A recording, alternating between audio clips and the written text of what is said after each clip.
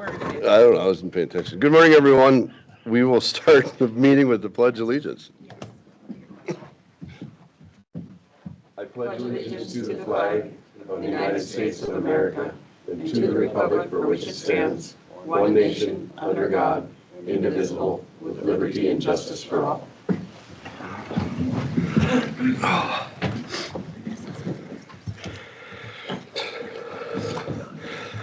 Agenda.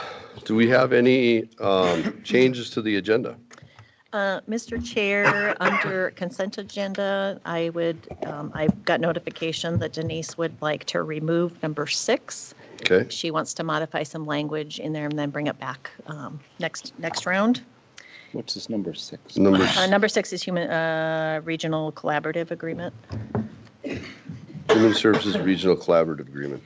Okay. And then in addition to that, I would like to add we'll put it under, normally we would put it under me, but since the sheriff has several items, I think that should go under the new number 6, because he wanted to have the ceremonial oath of his office last. Okay. So the new number 6 would be the extension of the sheriff's deputy investigator position. Under yours? Under the sheriff. Yeah, normally we'd put it under mine, but since he has several agenda items, perhaps and he has, I believe, a resolution. Is that correct, Sheriff? What did you want? What? So the new number 6 would be an extension of the sheriff's deputy investigator position, and then we'll have a number 7. We're just moving it down so we can do a ceremonial oath last. I get it. It's not in the consent she's talking about. No, I thought she meant she was moving the oath, but she was just moving the oath. Yeah, number 7. I was just moving it down. We're adding Sorry, one. I didn't and the explain oath that is very gonna be well. The oath will be last no matter what. And I'm making it confusing because normally it would go under me, but Yeah. with that, that's all the additions. Okay. Do we have any other? Do you want to, I have a consent agenda I want to pull. Do you want me to do that now, or? Yeah, sure. I would just like number 7, A to Z vending agreement. Just discuss that for a minute. Where do you want to, let's place that? That one. You want to just discuss it before? I don't care. It can I be. mean, we can. Let's do, I just want to Put it under me? let's do it. Let's confirm the agenda, and then we'll do it right when we get to the consent agenda. We'll talk about it right away. Okay, do we have any other changes to the agenda? Okay, I'll entertain a motion to approve the agenda. So moved. Motion by Erica, do we have a second? Second. By Barry. All in favor signify by saying aye. Aye. All right, motion carries. Okay, minutes of the last meeting. Do we have any corrections to the minutes? I just had one under highway consent agenda item 1. There, I think the pound sign should be a dollar sign. I saw that also. That's it. You guys That's all I had. you're catching on. Yeah. Mr. Chair, Yep. I noticed on number 1 under report, county administrative report, the dot is off centered just a little bit. Sorry about that. No, the one that I didn't see any corrections, but I just questioned whether we need to have met with Brian Rubenstein from probation. I mean, it's under your report. If it gives us Yeah. You've probably met with 1,000 people a week. I don't know if we need to know, unless there's something in that report that you want noted in the minutes. I don't know if it's needed in the minutes. Like what you met with him about? Yeah. So I would just not include that statement. I mean, unless you want to include everyone you've met with in the week. I don't. I don't. So I mean, that's just something I don't, I mean, it Doesn't doesn't unless there's rise to the content level to of it. being in the minutes. Yeah, noted. And then I was just thinking one thing we opened the meeting with the Pledge of Allegiance, so you could state that, under number 1. And I don't mean to change the minutes, but as you report the Chairman Dave opened the meeting with the Pledge of Allegiance with these in attendance. Then it just shortens it just a hair if you want. Yeah. But I didn't see anything else. Anybody else have any corrections? I have one more under land use, which is page 5 of 71. Number 3, motion and second to for the consideration. That doesn't, I don't know how to, it's got to be worded just a little bit different. Motion and second 2-4. to consider. You don't understand that? To for the I don't know. Peggy, we'll let you fix that. How about that? Less words? Yeah. That was all I had. Motion approved. All right, do you have a second? I'll second. All right, motion by Barry, second by Erica. Any other discussion? Okay, all in favor signify by saying aye. Aye. All right, motion carries. All right, consent agenda. Do we have any other items that we would like to pull out of the consent agenda besides number 7? All right. I will entertain a motion to approve the consent. You want, let's just, if To- you want to. Do you want to do it before the motion? I just Okay. have a couple Okay, questions. go ahead, and if- yeah. And if we move forward, we can just approve it, but. Sure. It's a vending contract. Yep. The contract is it's so bad that I just worried about, I mean, it's a simple contract for vending machines, but it doesn't state any price. It doesn't state any how, I mean, it doesn't give us any, There's no money involved in it. Nope, it's just that they're gonna have them there. Yeah. So, they're just so gonna put it- historically, does the it, human does services. it state how many or what's required of them? It really gives them a 2-year contract to do anything they want. It doesn't give any requirements that they have to do or, there's no level of service that's required of them. If they don't do anything, then you're stuck with 2 years not having any out. So I just thought it was it was very simple. I know 2 people can do that, but when you're dealing with the county, I think you need I don't have a problem with them being a vendor, but we have no recourse for anything unless 2 years expires. So I just thought it wasn't in the best interest of the county to.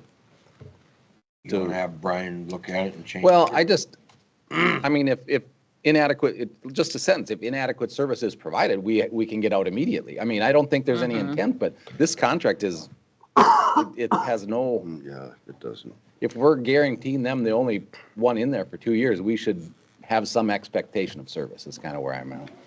Sure, that makes sense. I'm thinking too, as I'm listening to you, perhaps a service on the machine too, if they break or responsibility of that. It's so simple. I mean, I mean, it doesn't again, address any of those things. 2 people, it's an easy agreement for you and I to, yeah, this is good now. But Yeah, that was my favorite contract. But I just don't think it's,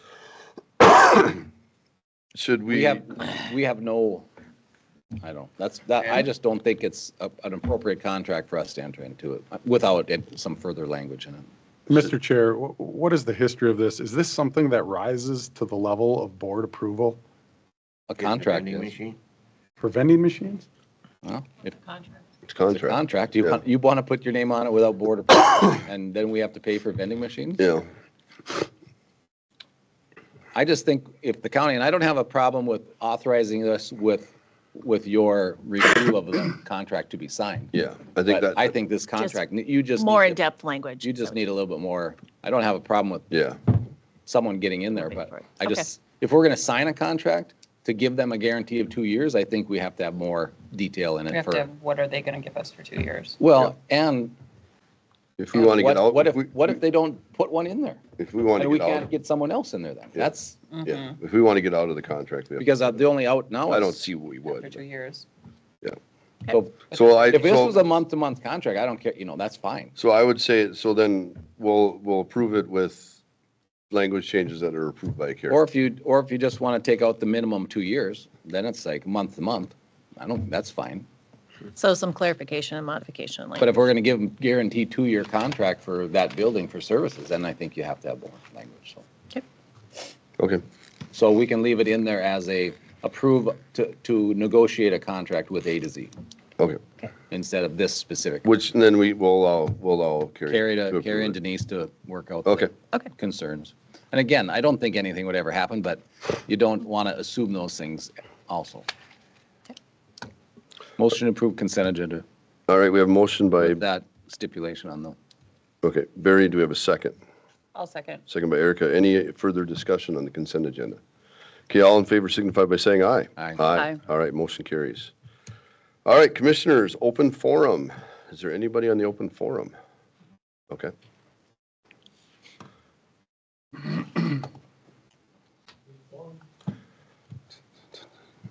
Thank you.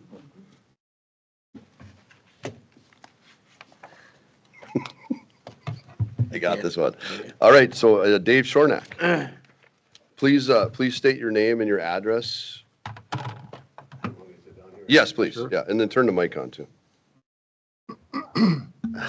Thank you. I'm Dave Shornack. I live in Perm, 44393 Yellow Pine Drive, Perm. I'm here from Arvik. I'm a director of business development and sales for Arvik. And want to come to before you guys to ask you guys for support for a couple projects that provide broadband to a couple areas that are either unserved or underserved. There's a program out there, NTIA has a federal government program out there called BEAD, which will provide, the intent of it is to provide uniform service to all people within the country, broadband service. And so we picked out a couple areas for that are extension of our Arvik network within Becker County that we'd like to ask you guys for a letter of support and some financial support. The reason that we're asking for those is that you get additional points when you apply for these grants. These are competitive grants across the country. And so that's what we're asking for today. We have two areas. One is that, and I think you guys might have maps of them. One is that 280th Avenue south of DL.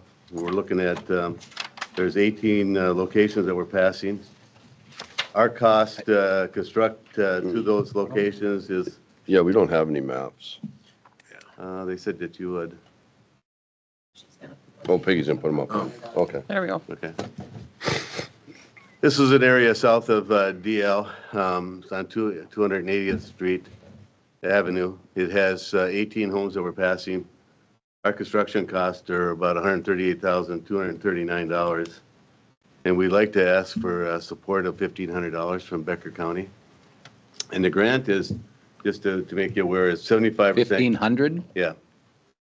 It's, I like that number I better. do too, yeah. well, what it is, a 75% grant, and then the other 25% Arvik has put up. So what we're asking is $1,500 for support. You know, you're looking at less than a couple $100 per residence passed. These are unserved or underserved homes. This is one area. The second area that we're looking at is by Ridgewood and Buffalo Lake, north of town. If you can bring that one up. Okay. Yep. This here one, we're passing 79 locations.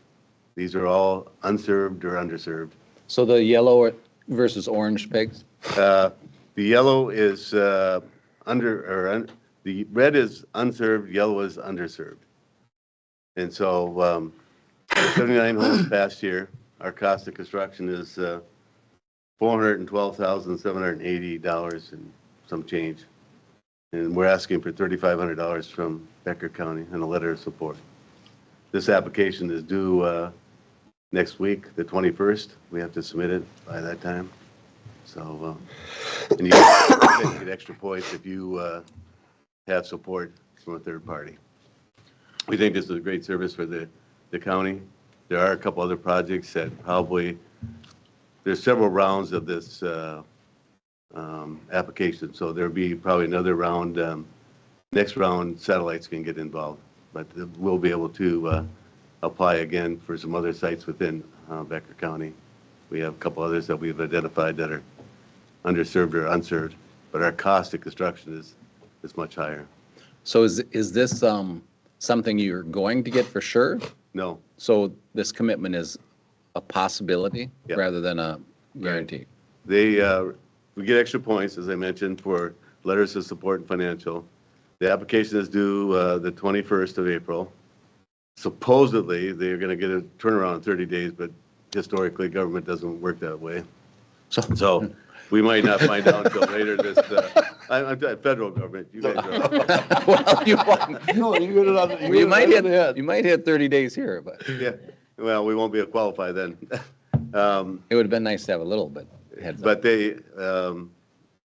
they will determine sometime, hopefully this summer. And this is a project that'll probably end up being done in 26, to be honest. By the time we find out, we got to get permits, environmentals, all kinds of stuff that's required under this program. So it will take us a while to get moving. We'd like to get a 2-year window. So if we get approved this year, either this year or next year, we'll get the construction done. Is, whose area is this? What, is this, is this your guys' home area? No, this is Lumen.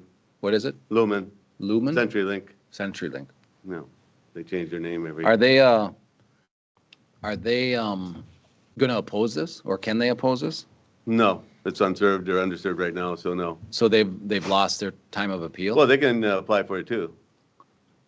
Right, but isn't there, if you guys apply and put together something, can't they say, no, we're doing that within the year and? Not underneath, I don't believe underneath this program they can.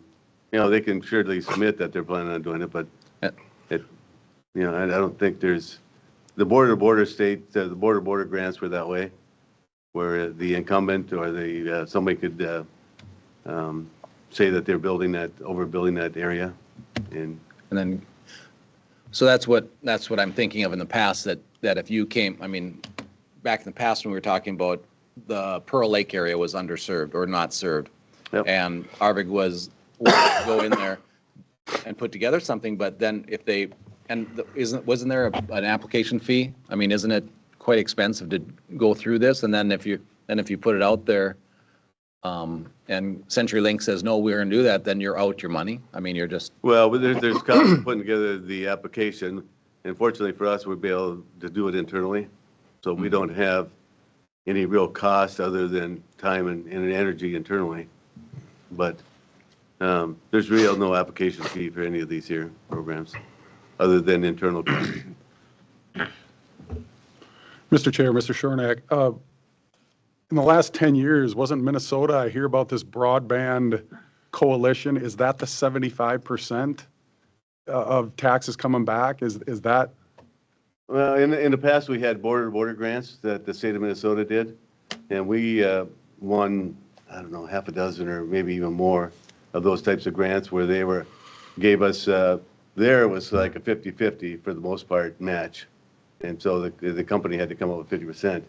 Then there was a line extension program that started 2-3 years ago where they would pay up to $25,000 per resident pass. I guess the bigger picture isn't this funded already? Why are you coming to the county for this? Is this? No, this isn't funded already. No. You know, I see on my bill, I'm an Arvig customer. Yep. Thank you. Yep. I see a broadband charge on there. Isn't that for? No, that's a connection fee. That's a broadband connection fee. These customers are completely unserved or underserved. They can't, most of them don't have any, as you see on the yellow dot or red dots there, a lot of them don't have any broadband service at all. You mentioned points for the letter. Is there points for if you get money too? Yes. So it's not, you'll get more points if you get a donation. Yes, absolutely. So how did It's a you, competitive bid too, so it's not like I said, we're not guaranteed anything here. so how did you come up with the amounts? Is there a percentage?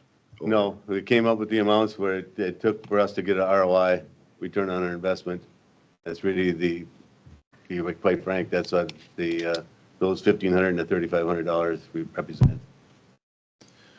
We did have some money for this. Well, Remember that? No, I don't know what happened to it, but You know, the broadband's a long, you know, we have a long history of trying to support this, and we've actually we were looking at significant monies going into this years ago. I mean, to trying to entice the county border to border, basically, in the county to get this. And some counties, I mean, every county is treated this differently. Some counties have, they've borrowed money, they bonded for money and did the whole county themselves to get up to speed. And I mean, I think this would have been nice to have quite a bit in advance before, and it should, I think EDA is where we were doing this, the monies where we were considering doing this. I think EDA is appropriate place to have this. With this time frame, I don't think it's possible, but I don't think 5,000 is too much to ask. But you talk about your return on investment.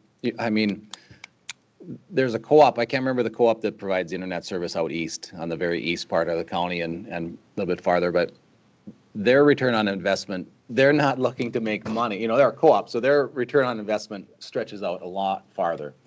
We don't have a co-op that serves us, which for that area is in my opinion, a very good deal because their return on investment, if they can get paid off in 10 years is what their goal is. And I think Arvid's probably, it's none of my business, but I would imagine 3 to 5 years is what your time frame on return of investment is. So I still think this is, we have a fairly local vendor that's trying to give us better service.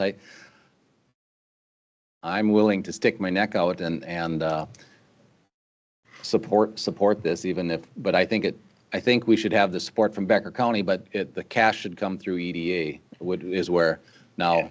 And I thought there was some money. It must be somewhere. Well, we didn't couldn't earmark it get any- specifically. We tried to do something with this at the EDA and we couldn't give anybody, nobody wanted to extend anything and. Well, I think that's when they're in someone else's area, it's tough to go in there and put services in there. Am I not correct? Yeah, it is. It's a competitive market. There's competition now everywhere with, not only with Lumen, but you got all the wireless carriers and all of that.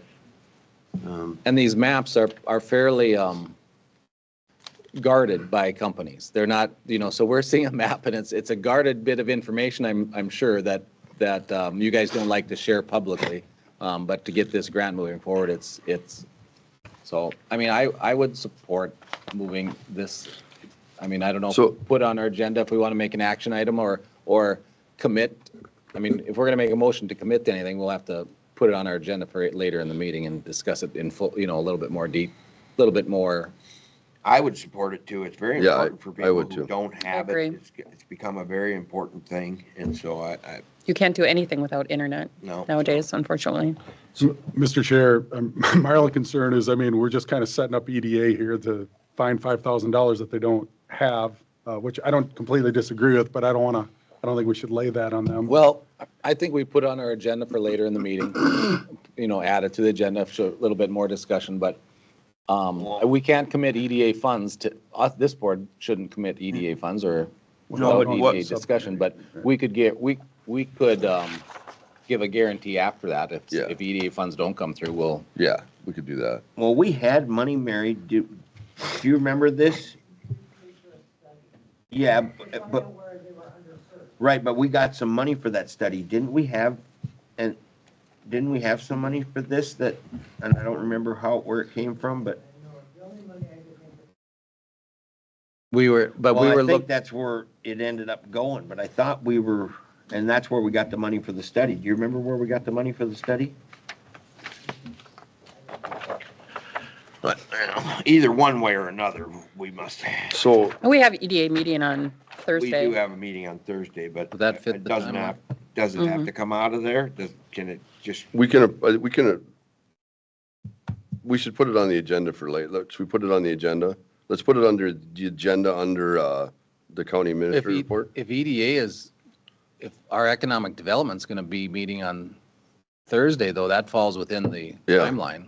Yeah, it does. And I truly think, and that's where, when I was on EDA a few years ago, we were looking to do grant opportunities to entice a better service. And we were talking, that might be bigger numbers. So I think we can, and I think we did, over by Island Lake, we helped with service over there at one time. It sounds familiar. I still think we should put it under the administrator's report because we do have to have a letter of support too, which we would need to approve. Okay. Do you have any language that if you could jot together and get us, we'll discuss it in about 15, 20 minutes. If you have do you have a draft? Let me see what I got from, no, I don't, but Otter Tail County sent me a letter and financial support. I'll see if I can get that copy. Yeah, and just get us shoot us a quick copy so we can call the office. mirror that one for a letter of support. Yeah. So, Mr. Chair, we're moving to this later. We still have who's on EDA? Richard and I. America. Yeah. Okay, so we would approve this No, pending? last time we just took it there. I think with the timeline, we just need to give a letter of support from the Yes, board. the letter of support. Yeah. EDA can commit to the money. Yep. Okay. I think and the EDA has a fund balance that would easily, they have a significant fund balance that. And that is providing the grant does come through. Correct. Correct, okay. Yep. There's no obligation if we don't get the grant.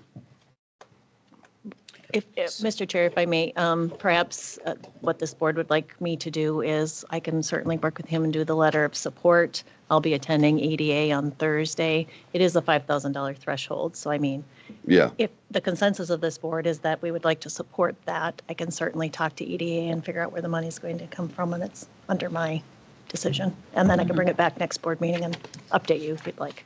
Yeah. Does that so, work? so what you're saying, Carrie, is we probably don't need to move this under you. We can just agree. I think if I'm we, in the we discussion, mutually it agree to sounds like have, yeah. There's a consensus of Okay. support for Yep. this, is what I'm Okay. hearing. Mr. Chair, Commissioner Nelson, you always say, is it in the budget? Like, here's something that I think we should support. It's not in the budget. I worry about putting something on a department head that is unexpected, even though I think it's a good thing. I mean, Well, I think how do we navigate that? this is the purpose of EDA, right? Is economic development, which, No, I'm not arguing that. I'm just saying. That's why it should be in my opinion, under EDA. And we've discussed this for years on how we can, how we can get everyone served in Becker County. And it's a very difficult road, and we've tried, I've tried on Pearl Lake, trying to get that area better served, because there's a dead spot kind of on the, I believe it's on the east side of Pearl Lake that's very underserved. So how do we ask, if it was, I think with the EDA budget, that's the goal is, and I'm thinking that they have, there was funds earmarked for that years and years ago, and we never got them spent. So it's not the same. I can't justify doing it. I can't tell you that, but things pop up that you see are beneficial and there's cost to value. So I can't say that you look at everyone specific and seeing if this is reasonable or not. We just went through this a couple of years ago, and I don't know where that money's at, but we spent a lot more on that, on just a study. Probably 4 times that. So it's really not that big of an amount to actually get something done. And I don't know what happened to that money, but I think it's still there. Yeah, it just stays in the Yeah, general I think it's fund. still there, so. Because we I were, don't think we it's a were big trying deal. to have a program at that time, and Arvig was, we had Arvig representation here, and we're trying to entice projects like this to get those underserved. And we were talking, considerably more money at that time to help offset that. But that was through EDA. But, so I think we need to put this under or Mr. Chair, just add the letter of support for Arvig's application under administration, Yep. under number, Yeah, I agree. Let's do that. that's a motion, I'll second. Okay, any further discussion? number 5. Put it as number 5. All right, all in favor signify by saying aye. Aye. Aye. And Carrie, I'll get you a letter of support But that you can work from. Okay, very good. Okay. Anything else you guys like from me? Oh, yeah, I can reduce my bill. Can I get a credit? No. Oh, thank you, guys. Yeah, Thank thanks. you. Take care. All right, we have no more open forum. So let's go to reports and correspondence. Who would like to go first? I can go first. We had our senior council. Just a couple of things to note. They did lose a federal grant. It's called their RSVP grant, which is no longer available to them. It was a grant that helped with giving mileage and gift cards to volunteers. So that was just, it's a very competitive grant, and they're hoping that maybe they can get it again, but at this point they've lost that. They're also, we had some discussion, the fair is considering not having, or is not going to have the outstanding senior this year. They're just going to do a pie and ice cream social. So Well, we can recognize Richard ourselves, can't we? yeah, we sure can. Wow. But they have had a very hard time. Senior himself.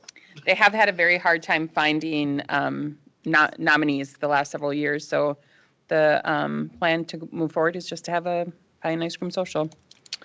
And then I just wanted to recognize the SAIL program. Again, I think I do every meeting, but there's one in Lake Park, I believe, and one at Trinity Lutheran. And the one at Trinity Lutheran in a 12-week period had 363 hours of exercise with senior citizens, which is pretty spectacular, I thought. So that's the senior council, human services. Just a couple shout outs to the units in human services. The Becker County Income Maintenance SNAP program met the goal of 90% or higher in expedited and 30-day timeline thresholds for Q4 2024. So they met that criteria. And then the adult protection services met their 5-day timelines for the second half of the year in 2024, so July 1st to October 31st. Their timelines were met at 97.94%, and the goal, the performance measure is to have at least 90%. Then a couple other things to note about human services is they also lost a couple federal grants, but there would be very little impact to the services over there.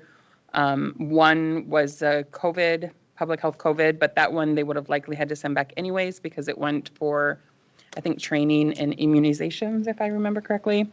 And it had to be used up, I think, by next year, and they weren't going to be able to use it all. Anyways, the only thing that they did make note of is Minnesota did, or this region did lose their epidemiologist with 17 years of experience due to budget, that grant being cut, but that's through the Minnesota Department of Health. And then the SAMHSA behavioral health grant was another one that was cut, which didn't impact human services, but there was some community impact. I believe one of the local mental health services lost a provider due to it, but no impact on our services at this point. Yep. And that's all I had. Go ahead. Mr. Chair, we had a library subcommittee discussing the rental rates of what we're going to be looking at moving in Laurel facility into the new Moorhead Public Library. Our negotiating team was looking at that. I contacted a local person in the realty business here and got some numbers, so he was very helpful. Ingstead.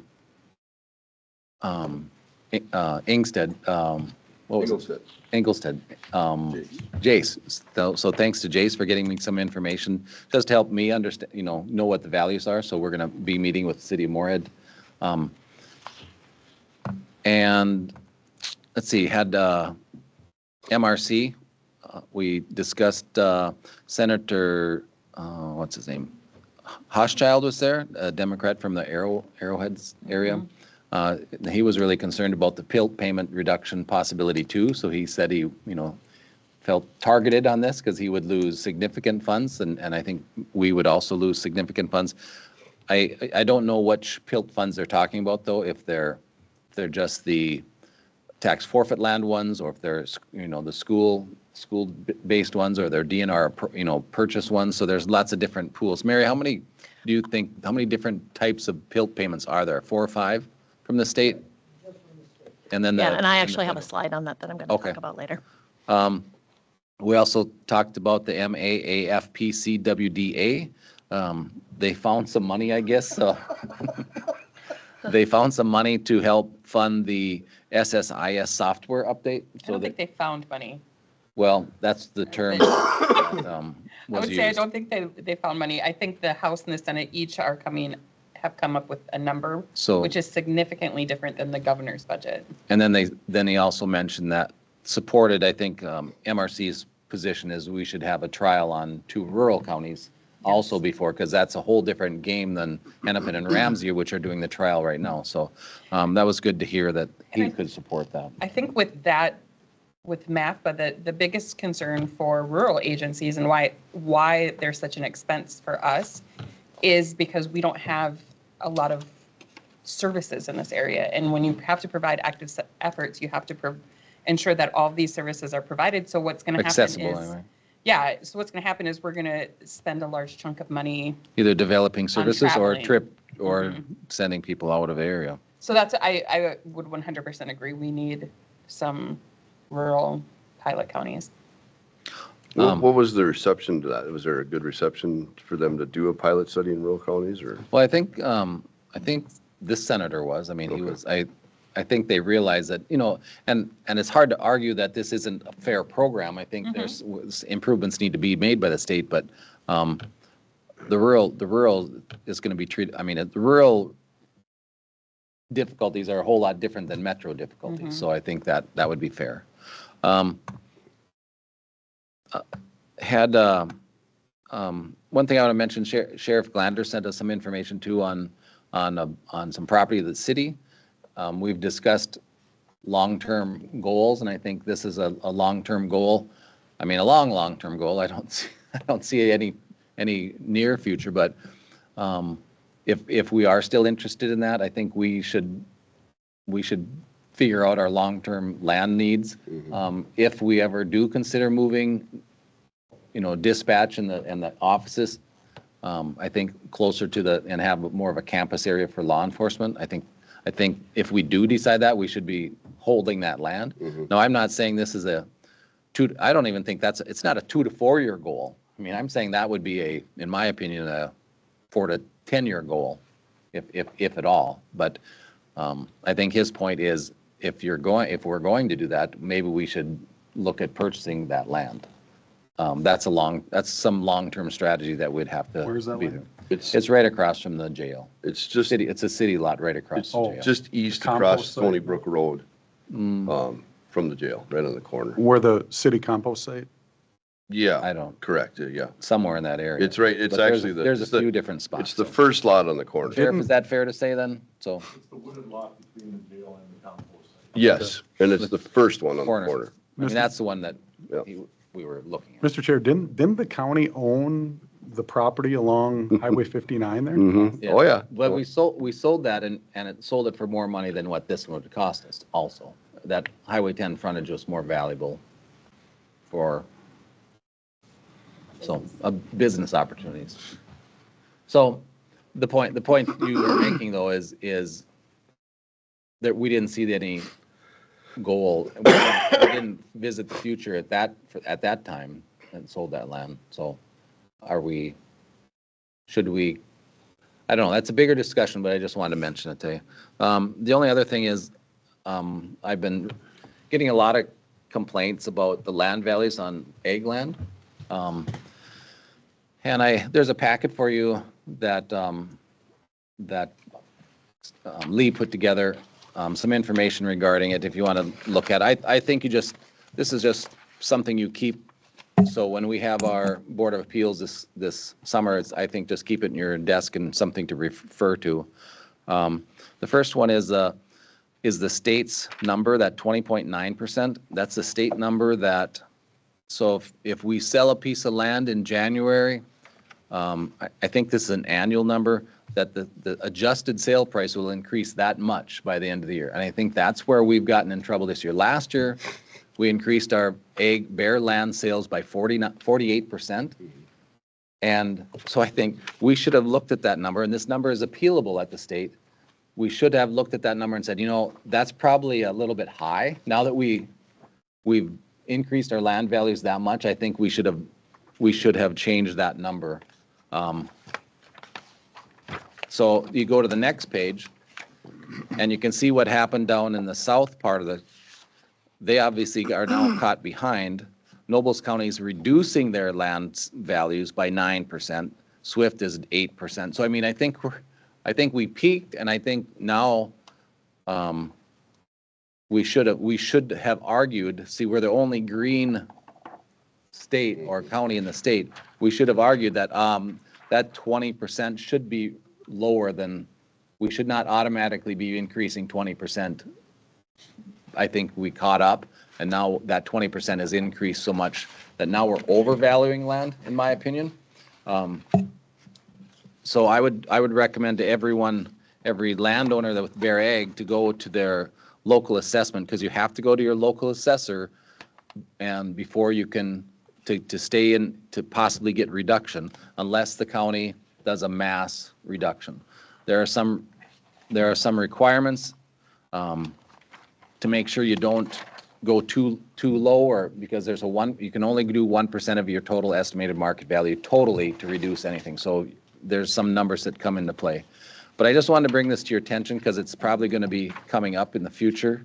Land values out there now for bare land there's numerous people, if you talk to any farmers, Richard, I'm sure people have talked to you, that their land now is valued over $10,000 an acre.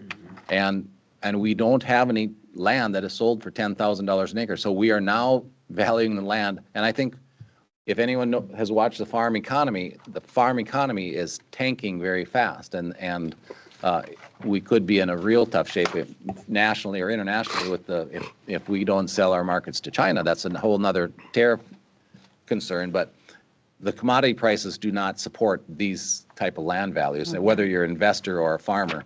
So I just want to bring this to your attention. There is a possibility that we can reduce, but we're not going to be reducing a lot. I mean, we could probably look at a small reduction in June as a class, but there are some numbers that we have to figure out. And Do we do that at the Board of Appeals then? Or? yes, Okay. and that would be when it is. So Mr. Chair, Commissioner Nelson, so are you saying Becker County can appeal to the state, the next level up? Is that how that happens? Becker County, this board can reduce a class percentage-wise, a whole class. So if you think Bear land agricultural is too high and valued too high, we can make a reduction for the whole class.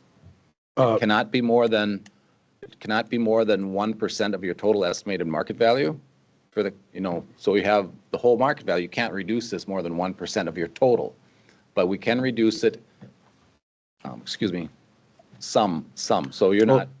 It was my understanding, I mean, these go on land sales is what I understand, and before our new assessor came in, we did not hit that 90 to 105% threshold. That's why the state raised these, because they said we weren't doing Correct. what was required. Correct, that was last year. Correct. The state came over, so we raised it 28% and the state came over another 20%. So that we increased last year by 48%. I'm talking for 26 now. Going forward, okay. Moving forward, we're not doing anything for our taxes due this year. I'm talking about taxes due 26. That's what we're talking about, assessing. They're substantially higher. They raised it, the county now went ahead and raised it another, 30 to 40% again. But And he part of didn't that- have to do that. He had to do that because that's state mandated. You got to be between that 90 and 105%. Granted, we want to be at 90.001%. We are higher than that now, Well, what are we at? 97. Okay, we're within the threshold though. Yes, but when we're going down, next time we're going to be going down. So I mean, we can maybe look and see if we can do a 5% reduction, get us to 92. Yeah, or even Okay. whatever. I mean, get it we down. have to stay within 90%. Yes. But I tell you something, it's really, really difficult to justify these land sales. There's some land sales that are high, and there's a list of land sales, and look at the actual sale price per acre in here. Yep. It says that there's no $10,000 an acre land sales. The highest is, well, the first one's 99, but that was two parcels bought together, so you average those out, and it's about 95, 96 maybe. And then you look down, 32, 75, 65, 85, 89, 24, 4,000. There's a lot lower than there is higher. Yeah. We should be at that 90%. We should be as low as we can. It's really hard for people to make a living with land values this high.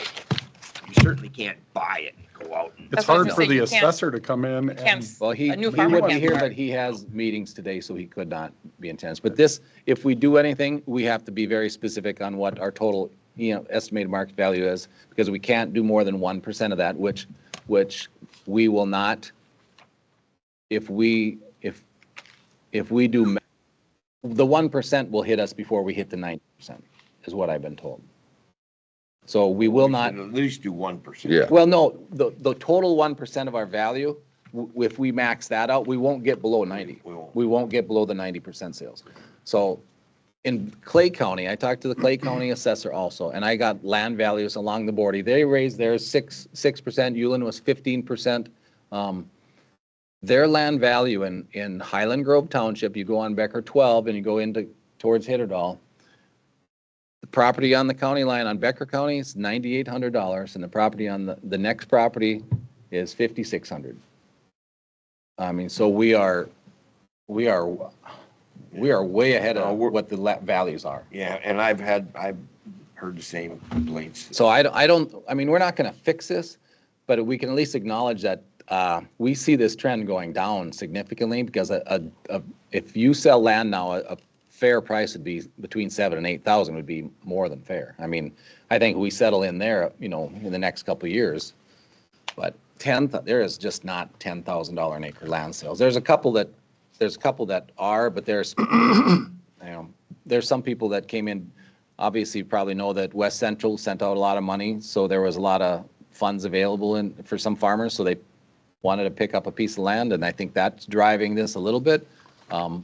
I also think there's some investors that needed to move money, so if you see some sales coming in the near future, there's some investors that have bought land that sold a bunch of property in Fargo and purchased 10 quarters up in Clay County, but he paid about 80 in the mid to high eights for that. That was just recently, within a couple months. So, Mr. Chair, Commissioner Nelson, if you go forward to this and lead this, I'd be happy to be a part of this because I'd like to learn how this all happens. If you move this forward and with the state to see how it. this will be our decision, and in June? June. In June.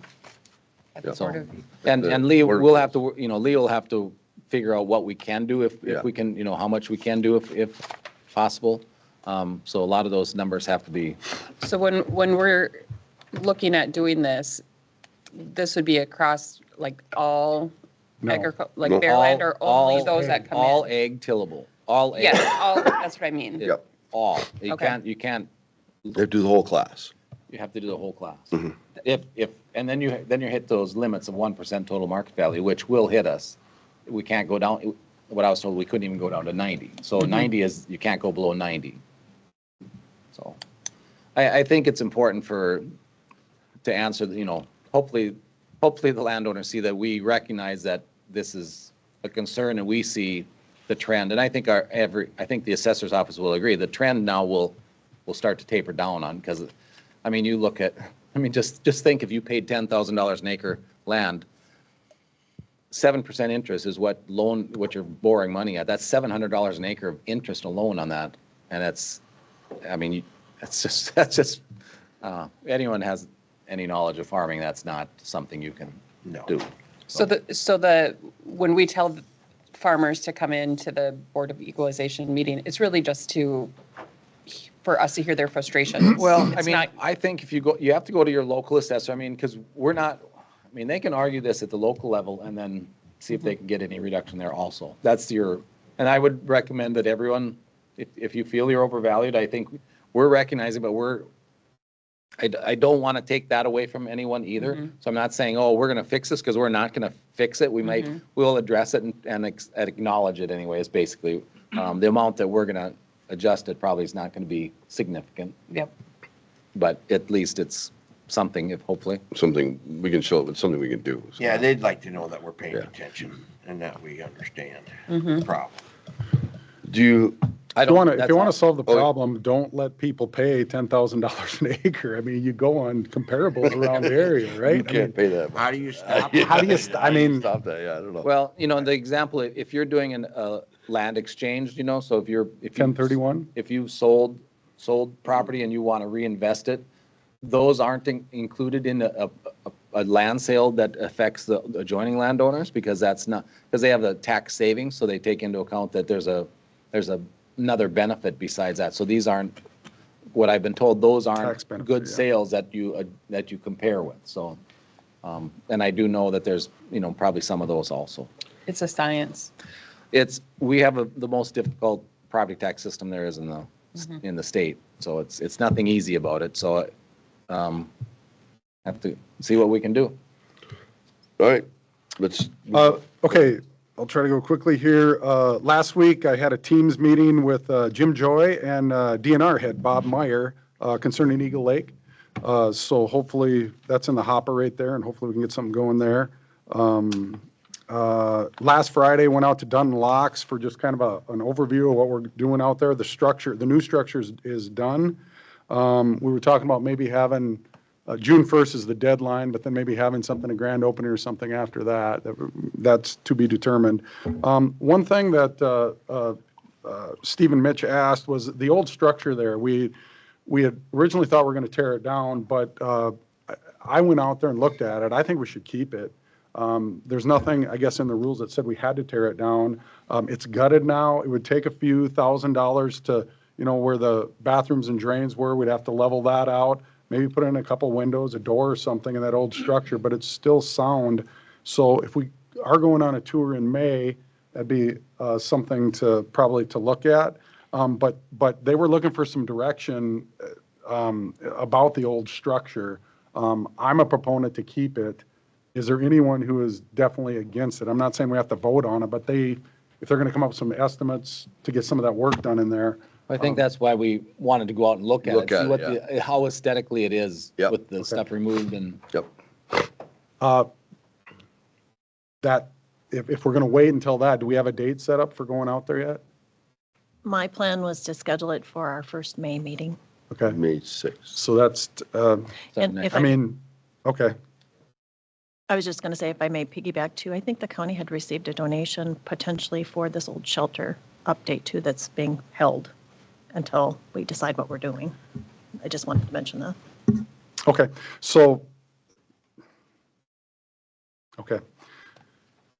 All right, I guess we'll just have to wait then. That's going to push everything back, but if that's what we want to do, that's okay. Yesterday, me and Barry had a zoning ordinance review committee. We talked about altering some waterways north of Callaway, which was a big deal. We talked about some cannabis setbacks, trying to distinguish between grow areas and retail areas. Then talked a little bit about some retaining wall, tweaking the language there a little bit. Last thing, I just want to bring this up because this is going to become a big deal here in the next month. It's already a big deal, but at the watershed, we did some major rules revisions on the 28th of March. Tomorrow, the watershed has their regularly scheduled meeting. I would guess that the public comment area is going to be, the room will be filled. And Richard, watershed kind of starts in your area, David goes through your area and kind of finishes in my area, and it maybe touches both you guys' areas, but I know we can't have open meetings there, but if one of you guys, I think you should be there so you're up to speed on what's going on and what's happened. I'm going to be there, so only one other one of us can be there, but it's up to you. But there will be public comment, and what it's coming to is next month, we will have to decide on, there's 2 manager positions that will be up, and it'll be up to this board to decide. I've got my own opinions, but I'd rather you guys find your information on your own accord. I think you will be heavily solicited in the next few weeks, and then we can discuss it after that. But it's some big stuff going on there. I'm aware of what's going on in there, Okay. Bill, and actually, I'm all in favor. For me, it's a good turn for the watershed. Okay.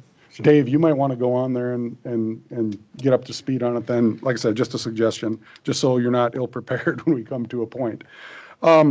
Last thing, that magic, remember that investment thing that you guys allowed me to apply for, the county investment funds of all the counties in Minnesota? I got word yesterday there were 6 applicants, and I was not appointed. So I don't have to worry about that. And that's all I got. Just to piggyback on Phil, we did discuss the cannabis in committee yesterday. The committee recommended, so this will go to planning and zoning and then come to us, but we're looking at setbacks. And so for the growing, the wholesale, we are looking at a 100-foot setback from property lines, any part of the business. That's what we settled in on. Did not include any increased setbacks for schools or playgrounds. But then in the plans, I think it requires some adequate fencing, that protecting and lighting. So those will be in kind of the requirements. Also in the growing or in the selling, the retail, we did not have any setbacks at all on those because that's a 21 and over facility. That's kind of dictated. I mean, we didn't, the people there said, well, if there's no, and I think most of those there's some requirements being blackout, and I mean, the windows are blackout. I think you have to, I don't know if the state requires IDs and signing in, so if those are the heightened adds of security then we didn't see a need for any further restrictions if you have to, but maybe if that's not a state requirement, maybe that's what our requirement is, but we did find out it's not the same. The sales that you see in these other places, whether they're other retailers now, they're hemp-based materials supposedly, so they're not the cannabis, so they're different, supposedly they don't have the same kick, but they might have some kicks, just like e-cigarettes do, and they're flavored. Why don't you report back? What's that? Go out and find out and you can report back? No, I don't want to. I've always said I don't need to be sillier. I'm silly and dumb enough. I don't need that. I did say we did say we shouldn't have any birding on site, and I said because you don't want to be downwind on any fire sale. So, Richard, do you have any? I had EDA with Erica. I don't have anything to add there. I had the safety committee meeting.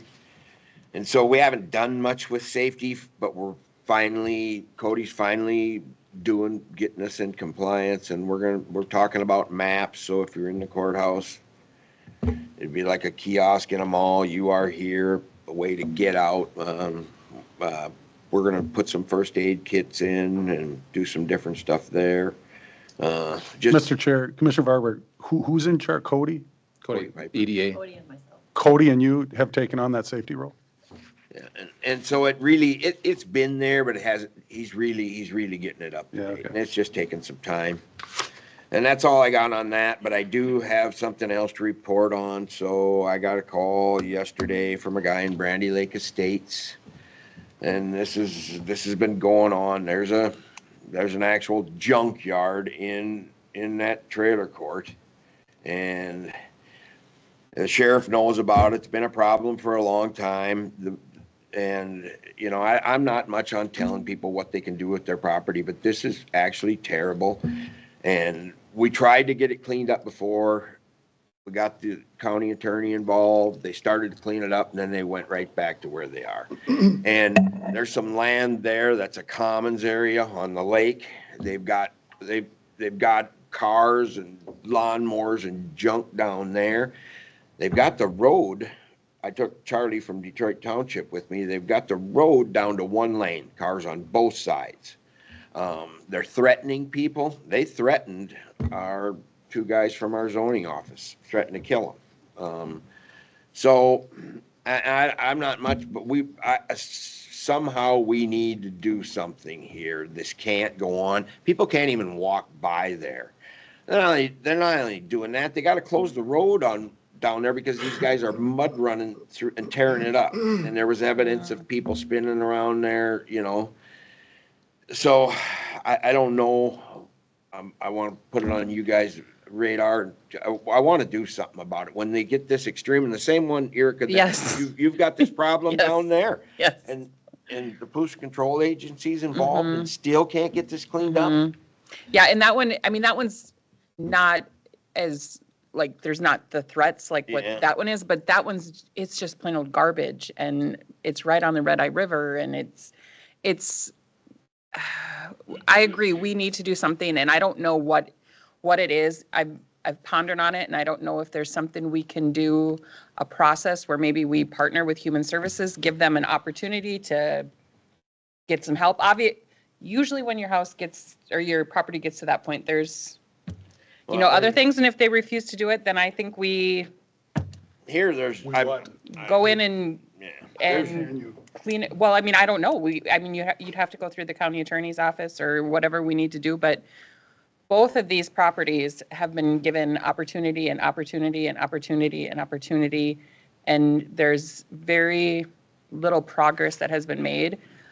The property that I'm thinking of, I've been a commissioner for 2 years, and I bet you I get 6 phone calls a year on that property because the farmers next to it have to go through and clean up the garbage out of their field before they can do their field work. And I don't know what the solution is, but I would agree, Richard, we need to do something. Well, I think we need to do the maximum with these people who won't comply.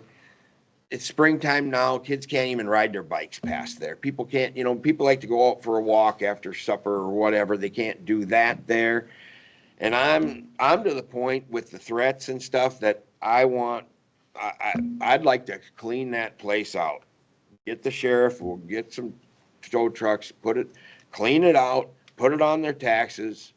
The problem we have is we don't have the ordinances to do that. I mean, we don't, and the township would have to have parking. The township would have to be the one calling the removal of vehicles from the roads.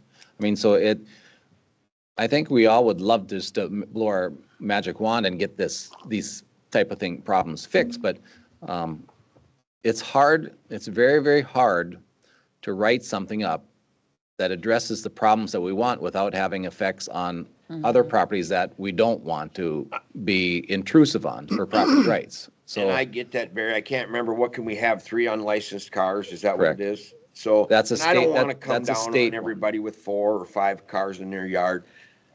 But at some point, we do have an ordinance there. They have, I don't know how many cars are there, 20, maybe 25, I'm not sure. it's a state law, I think, about 3 unlicensed vehicles, I believe.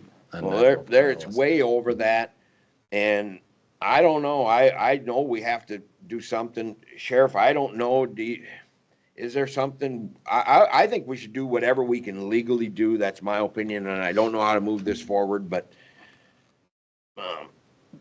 Well, I think if you're talking about changing or going on their property, you would have to have a county ordinance to enforce anything like that. And I don't know, I think there'd have to be a lot of homework to try to figure out what that ordinance would look like, and how do you measure these things? How do you Yeah. measure when one finally gets to a point right. where you want to? and that's exactly, I know exactly what you're saying, Barry, and I agree with you, but I would. this guy is that, and I don't know how we'll do that, but, And I I know think- the zoning's been out there, the sheriff has been there. I think this is something that maybe we try to draw from other counties or cities' That's what I was gonna expertise. suggest. That was my suggestion. Can we look at other counties and cities, and then can we send it to the ordinance review? I know it might take a little while, but Another, on their blight ordinance. yeah, I mean, you could put some pretty high thresholds on that, yeah. so we don't have neighbor to neighbor fighting because someone left a snowmobile out all summer or something. I actually drove by there and looked at it. It's You've been to D's- Brandy Lake, yeah, it's terrible. it's bad. Former Commissioner Schramm has a comment. Yeah. Well, the precedent has been set. There was a place along County 29 Yeah. in Burlington Township. Bless you. Sporting, and I don't remember, I just don't remember the details. It'd be nice if this still worked. Anyway, that was cleaned out. I don't know how many years ago, 15 years or so, and that place was cleaned out, and then I think the same fellow did some hoarding somewhere else, and that one was cleaned out. So it's been done. Yeah, we did it. Barry, you were on the board.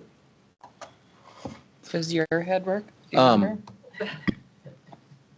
Yeah, I think remember it. that went to, I mean, I don't know if that was through Human Services, because, the true hoarders it's a disease. It's not something that someone can just change. I mean, they have to, I mean, I watch the hoarding shows and I mean, it's truly a disease, and they don't, and many times don't understand it. I mean, they don't believe they have anything wrong with them. Which So, is evident by this yeah. one that you're talking about, got it cleaned up, went to another one, and, So I I then think we became look hoarding. at that aspect of it to at least direct them in the right Yeah, I direction. think we look at all aspects, and I think we have to come up with a plan as soon as we can. Is that a subcommittee, Mr. Chair, or I what think- does that look like? Well, I think Because that would be an ordinance. I think 2 things that have to happen here is you have to find that threshold. It's going to be very hard to do, or we're going to go to this person and make that person do something and not this person over here. that is close to that threshold. So finding that is very important, and maybe you can do that through an ordinance. The other thing is the resources of the county sheriff and the attorney. I mean, we're processing drug addicts out there and stuff. I'm not discounting this, but what are we going to pull away from what we're already doing to make this a priority? Well, this is Yeah, America, I'm not- man. You can't come out and threaten me on the road. And that we can't, I don't care what that costs. Well, I do care what it costs, but you know something? I'm not worried about those resources. If a little kid, when I find out that there's places in America that aren't safe for the police to go, neighborhoods, this scares me. And when right here in Becker County, little kids can't ride their bikes down that township road, Phil, I don't care. Our sheriff, we have the manpower to take care of it. That is my last concern. And I believe there is drugs involved here. There's a lot. I don't know how you prove that. I could sit there. I've been around. This ain't my first day, and there's something going on there. So I don't know. We have the resources, and Yeah, go ahead, Todd. oh, really? Yeah. Mr. Chair, Commissioner Barber, I agree. I don't want this to become you said it went back to the way it was after you fixed it up before. I mean, Well, how much are we going to dedicate to this? Maybe it's an ordinance change. I don't know. Who's going to figure that out?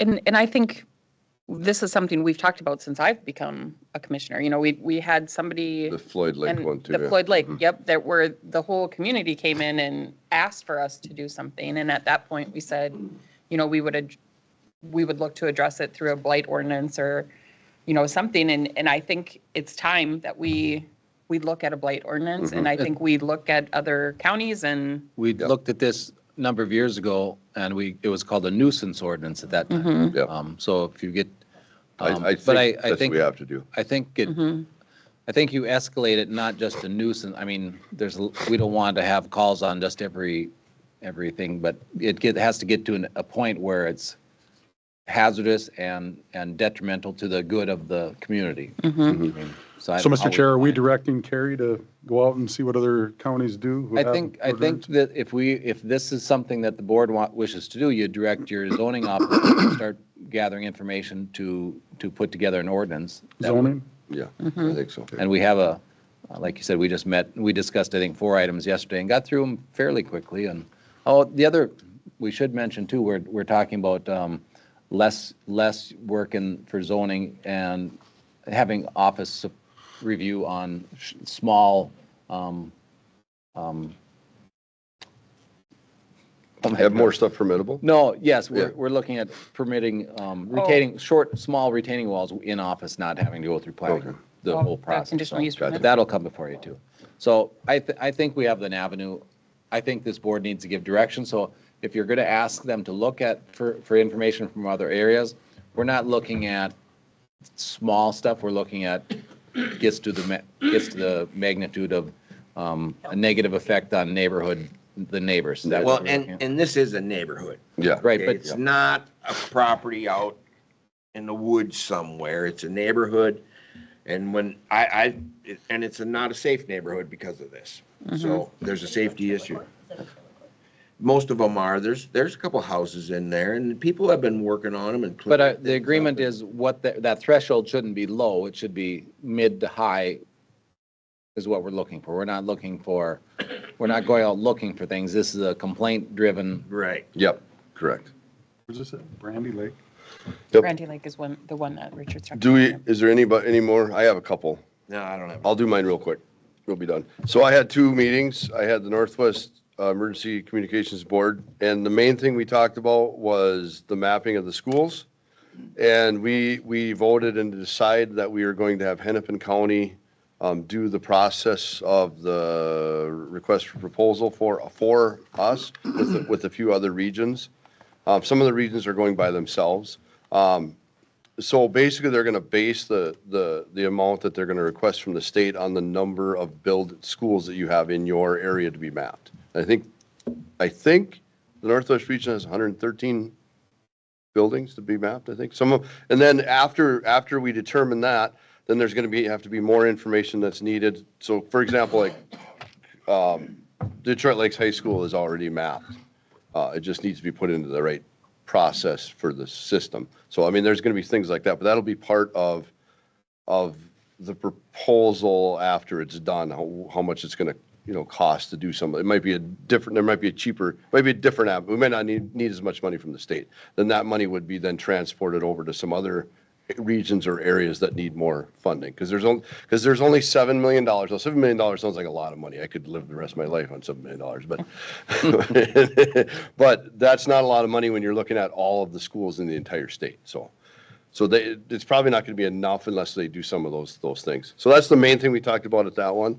Then I also had a DAC Personnel Committee meeting, and we talked about, they talked about changing the insurance provider at the DAC, because I think insurance, I don't know, Kerry can probably allude to this more, insurance is probably going to go up quite a bit next year. Good chance. So theirs was actually looking at a 28.5% raise. But the DAC does do an interesting thing with insurance. They pay for the entire premium of every employee. So, and it's based on their age. So the older you get, the more it costs. I'm not that old. I know. Richard's the oldest. Am I? Not by much, though. Okay, I'll just leave it at You know, that. they killed me at Bible study on Sunday morning. The teacher had the other guy accidentally kill me with an axe, and then we discussed that. So I don't know what draws you people to Was focus on me Was that recently or on Sunday. So can we reenact? No, we have no reenactments here at the Board of County Commission. All right, last thing that we talked about is we have decided, we used to have a VRS supervisor. That person is now finding another job, so we are going to change that to an employment manager. So that the day service coordinator used to be in charge of all the employment services, not counting VRS.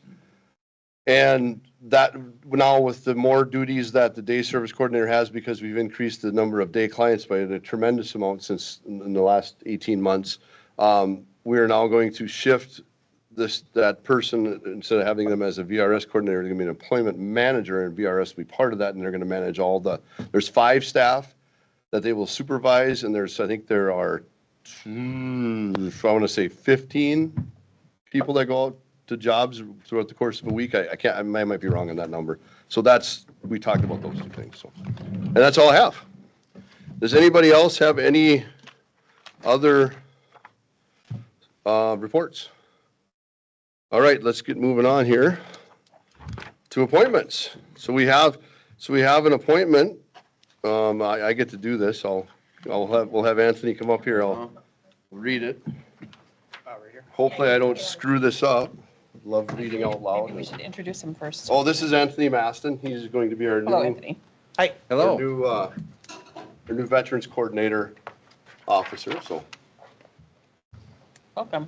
you got to come right here and stand right in front of everybody. You got to turn. Here, I'll go on this side so that Nathan can take a picture of you. So you've done this before, I know. Yep. So you put your hand up. So I state your name. I, Anthony Maston, Do solemnly swear that I will support the Constitution of the United States and the Constitution of the State of Minnesota. I do solemnly swear that I will support the Constitution of the United States and the Constitution of the State of Minnesota, And that I will faithfully and impartially execute and discharge the duties of County Veteran Service Officer. and that I'll faithfully, I don't Execute and discharge execute and discharge the duties of the County Veteran Service Officer the duties of the County Veteran Service Officer in the County of Becker County, State of Minnesota, in the County of Becker County, State of Minnesota, according to the law and to the best of my judgment and ability. according to the law and the best of my judgment and my ability. So help me God. So help me God. All right, congratulations, Anthony. Mr. Chair, Yeah. perhaps you want him to introduce and just give a little Yeah, background on and then himself? would you just go to the, like, if you're done shaking everybody's hand, just tell us a little bit about yourself. Yeah. Richard Barber. We also need to sign that. We met before. Yes, we did. Excuse me? So I get to talk, huh? I just thought it might be interesting just to have you give the board just a little bit of background Okay. of yourself. Born and raised here in Detroit Lakes, joined the military. Battle in Germany and Florida and Georgia and all over. Was deployed. I did 20 years in the military, was a state trooper, a federal marshal. Was living in Florida the last 3 years, and then I recently moved back to Minnesota due to family. Family was going through some rough times, so we came back to be part of family and help out. And now I'm kind of watching a little grandbaby, or my wife is quite a bit of the time. And so we're here for family, and I noticed the VSO has been open for a while, or well, the people that were here just weren't available due to whatever circumstances, and I felt I could really help out the community and be part of the community, and the veterans is a big part of my life, so if I can support the veterans in the community and their family members, that's what I'm here for, and I've always supported the veterans, and I'm part of several veterans clubs, so I'm happy to be back here, and I'm actually my hometown, so it's kind of cool. Good, we're happy to have you. Yeah. Thank you. Yes, thank you. Thank you. And one thing I got to build you up a little bit. So Anthony used to be the recruiter for the National Guard, and he would come to I used to teach physical education at the high school, and he would come into my classes, and he would teach my class. He'd do a lot of PT stuff and other things and promote the National Guard. And the kids loved. I mean, they complained a lot, but they did everything he said because they respected what he did and what he was doing and how he conducted himself. So. Thank you. Now you Miss- can get out the door when you leave because you might, Mr. Chair, just a formality, I think this board should make a motion in the second Oh, yeah. appointment for him. Okay, yeah. So do I have a motion to approve the appointment of Anthony Masson as our County Service Veterans Coordinator? So moved. Do I have a second? I'll second. So we have a motion and a second. Do we have any further discussion? Okay, all those in favor signify by saying aye. Aye. All right, motion carries. Congratulations, Anthony. Thank you. Thank you. Welcome. Yeah, Thank you. All right, do we have any other appointments? Mr. Chair, I think we should ask all the departments to refresh our appointments if needed. I think Yeah. we were talking, Phil's appointment to the ordinance committee asked if he was still on it, so I think we should review those and if not, reappoint. So get the, if they've served out terms, because that one we haven't been very active with since COVID, and I think those. Which one was? Dave Knopf was on the zoning, Oh. and he said, I think Advisory. I'm So still just review on. where we're. Yeah, he doesn't know. See if we're, Okay. if we need to reappoint those. Yeah, that's a for good formality. point. And if there's any others, because sometimes they fall on the wayside and on those type of committees and. Okay. And also, please gather the rules for what, if they need to be in a certain district or not, or what are those, the rules of, Like the rules of the, Bylaws. yeah, the bylaw, yeah. that's it. Bylaws, Thank you, yeah. Erica. Yeah, so we know where they have to be selected from, if that is applicable. okay. All right, do we have any other further appointments? All right, so let's move on to our county administrator. Thank you, Mr. Chair. I just, with the appointment of the Veteran Service Officer, just wanted to update you. Our posting for the Assistant Veteran Service Officer has closed, and interviews will, actually, they're starting today, aren't they? So welcome. We did this purposely so that we could get this position filled, and then with the assistance of Anthony to assist with those interviews. So those will begin. So hopefully we will have a new hire, and the Veteran Service Office will be up and functional. So with that, my next item, I don't have anything else specifically to report on, other than I spent 2 days down in St. Paul and heard lots of things of what you're going to hear in my next points here with the budget and what I learned with paid family leave. So number 2, my item is with regards to, I recaptured, I believe, the modifications to the contract for the county surveyor, and I hope I caught all of those, and I had it reviewed by Josh as well. So with that, if there's no, with that contract, it was included in your packet with there's just some minor tweaks. I think it was a negotiation with regards to a wage versus 10%, and also pre-approval for travel was the other one. I think those are the 2. Did I miss anything, Josh? Okay. And then, so with that, I would ask for a motion and approval of the resolution appointing Josh for the county surveyor position. If there's no questions. Do we have any, before we do the motion in the second, do we have any issues with the current contract, the way it's specific? Does anybody have any corrections they might want to add or changes? I think they were correct the last I time. think they're correct the last time. I went through it. I believe they were took correct. notes. I believe I captured, I there was didn't just. catch any back. So I didn't catch Okay. any either, so. Okay, but one never knows. Okay, so I will entertain a motion to approve 2C. So moved. All right, do we have a second? Second. All right, motion by Barry, second by Erica. Do we have any further discussion? Okay, all in favor signify by saying aye. Aye. Aye, motion carries. All right, so the next item, I'm going to have Peggy pull up. I did PowerPoint just so I could go through. How long is this PowerPoint? Oh, hours, till noon. No, it'll be very quick. I just put it together, and if you would like a copy of this, I can certainly give that to you. What I was capturing after my meeting in St. Paul was potential budget cuts that we may have.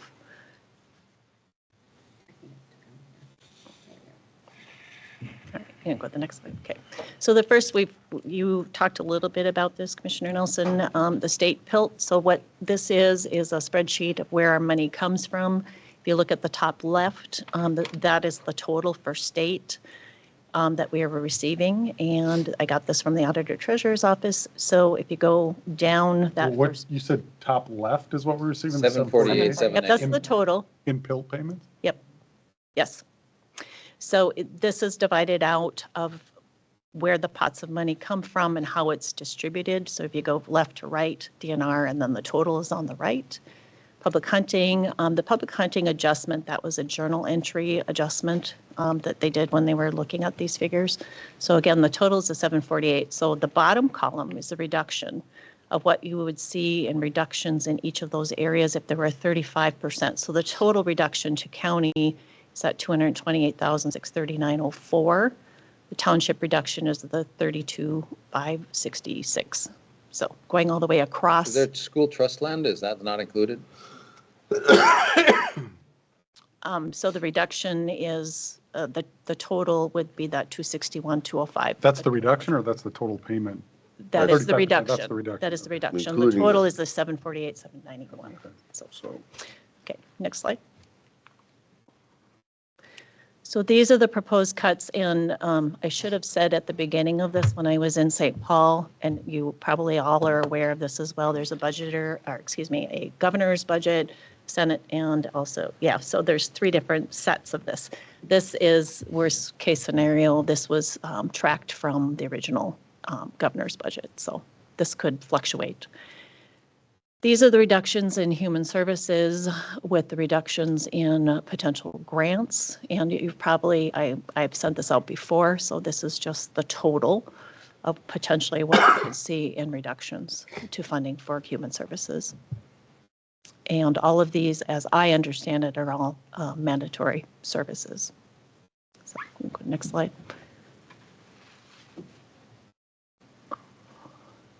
So this is, okay, Erica, do you want to?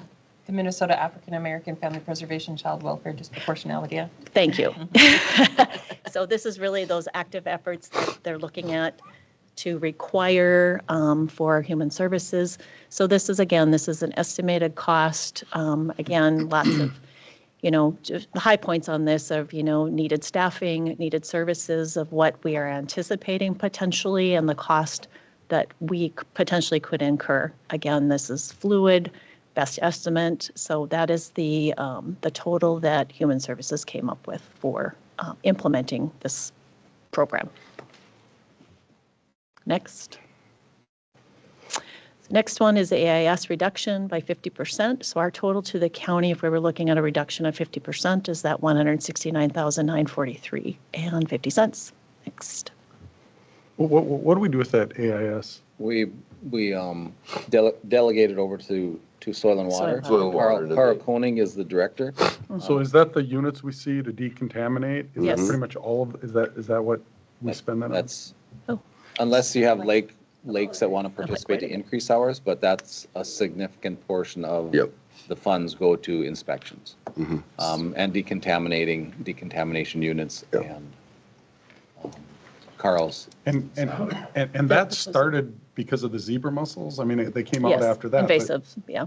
Basically, A lot of lakes have that already. Why are we still doing that? There are other more dangerous aquatic invasive species. That than they're zebra looking mussels. for? Yeah, there's Starry several. stonewort. Yeah. If you get starry Yeah, I stonewort in know. your lake, you will not be using your lake as Yeah. you have been in the past. So it's an educational tool now.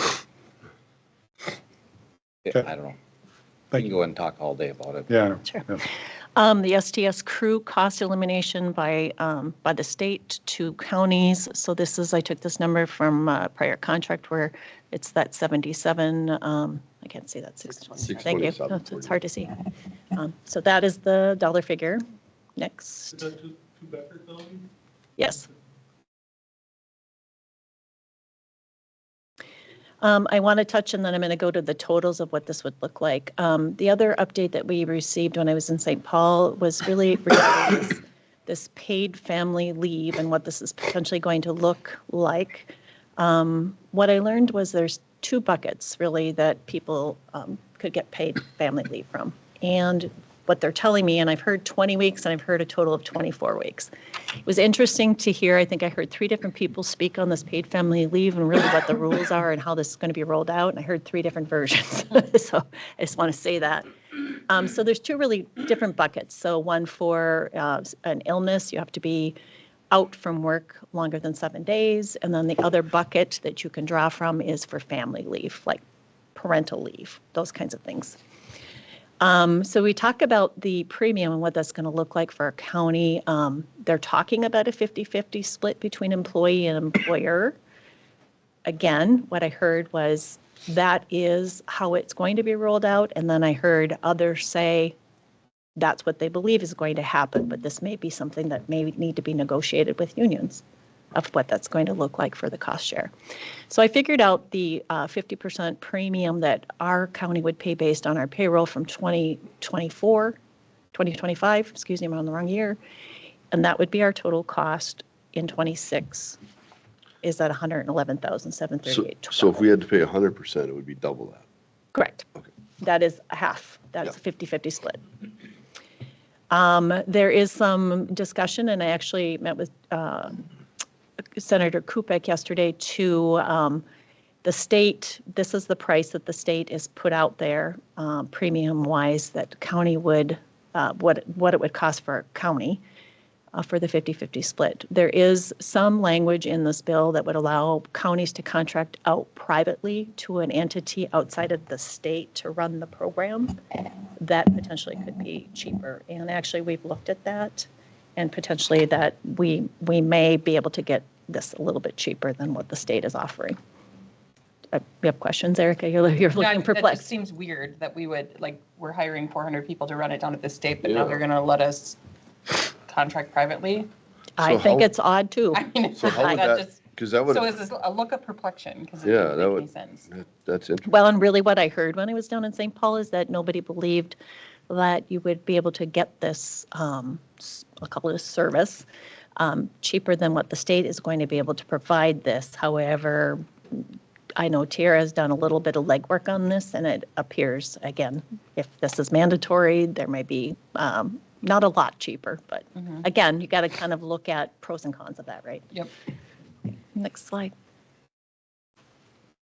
So here is what I came up for at this point. This will tell you kind of total of anticipated, I'll say cost shifts, reductions, whatever we want to call them, to the county. So when I totaled this, this is what I came up with a potential impact to our levy. And yeah, That's unbelievable. yeah. Now, which, is that the governor's proposal? It Is that is. the state? Is that the Senate? Is that, and This, that's the max amount, right? Well, yes. That's well- not including anything, I mean, that's just That new doesn't- requirements. that's just theirs. That's just That doesn't new include- requirements. Yeah, there That's might not be. our Does include budget. our wage increase? We have a budget that's going Yeah, to add on that includes top our of budget. that.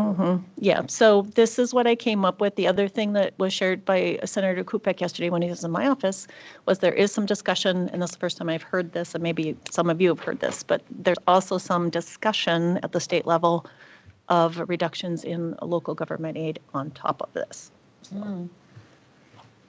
So, great news. What is our government, I mean, they just boosted that a couple of years Yeah, ago. I don't know. What was we were down. We were down. We were down to 200-some thousand for a while. I mean, and I remember years ago, we were like, we could just as well zero this out and not even, because it's used as a pawn on us all the time.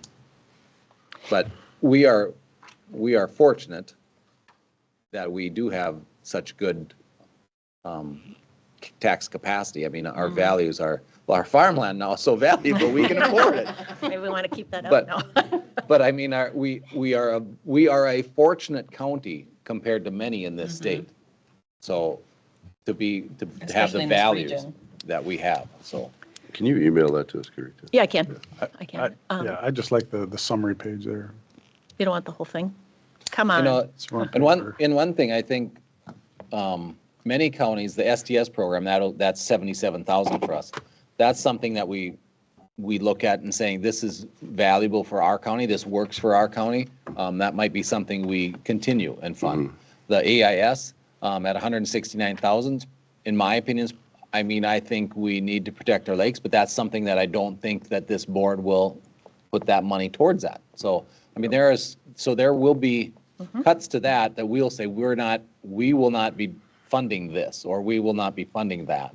I think, but that's what we have to look forward to so I mean, it's not unrealistic next year, unless they get rid of, if they push one of those down the road a couple years, you're looking at a double-digit tax increase.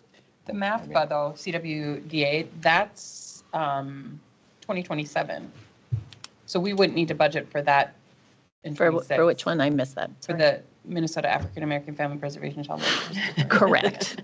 So I mean, True. so that one- So potentially you could take that off. Yes. Yeah. Yeah, you are But- correct. I'm a year ahead. But the next two bienniums, next 4 years. Yeah, I was just look giving an bleak. overview. Look Yeah, you're right, really though. bleak. Yes. That would be a year later. So that's my big issue is they want to add 400 employees, but they're facing a $6 billion deficit. And even in housing, they put a bunch of money in there and added, how many employees did they add to low-income housing? It's like, push this money out to the local EDAs and they will get it where it needs to go, and don't add employees. Maybe the state could look at cutting some employees from some of these departments instead of just saying, well, the county's got to pay this much more because we want to balance our budget. There's no one for us to pass this down on unless it's a taxpayer. Well, And the worst thing is they wasted that huge budget surplus that we had. They dumped it all out. Well, a big portion went into the low-income housing, which wasn't a terrible idea, but you can't just add staff like that and spend the money on staff. That's just, but we did, can go through every department and argue that. And so when I had met with Senator Kupek, I specifically asked about the hiring of these 400 employees, and his response back was they had planned for that. And that's really all his response was. So, I mean, you think about that, that's a huge amount. I agree. It just doesn't make any sense, but. So the last thing I just wanted to bring to your attention, we're always kind of tweaking, and we just recently tweaked or looked at ordinance for our cannabis. The draft rules came out. I have not had a chance to look at them yet, but it sounds as though they'll go into effect in May. So a couple of things I learned and it's odd that I didn't know this. Well, maybe it's not odd. I don't know. We need to put together a retail process, which we knew, but what I didn't know is that, we had townships do a delegation, like an resolution, thank you, to the county to delegate that to the county. And when I was in the cities, I learned also that there's also another form that all townships need to complete with a specific delegation form that has to be on file with the state. So that's just another step that I learned. It's interesting every time one learns or hears information about these things, there's extra steps that you have to take. And we also have to have a login account, which I was talking just very briefly with Kyle about yesterday from zoning. And we have to have an account where there's a verification with the licensing process where the county is responsible to verify that the business in question is in compliance with our zoning ordinance too. So there's a couple more steps that we'll be working on. Mr. Chair, Carrie,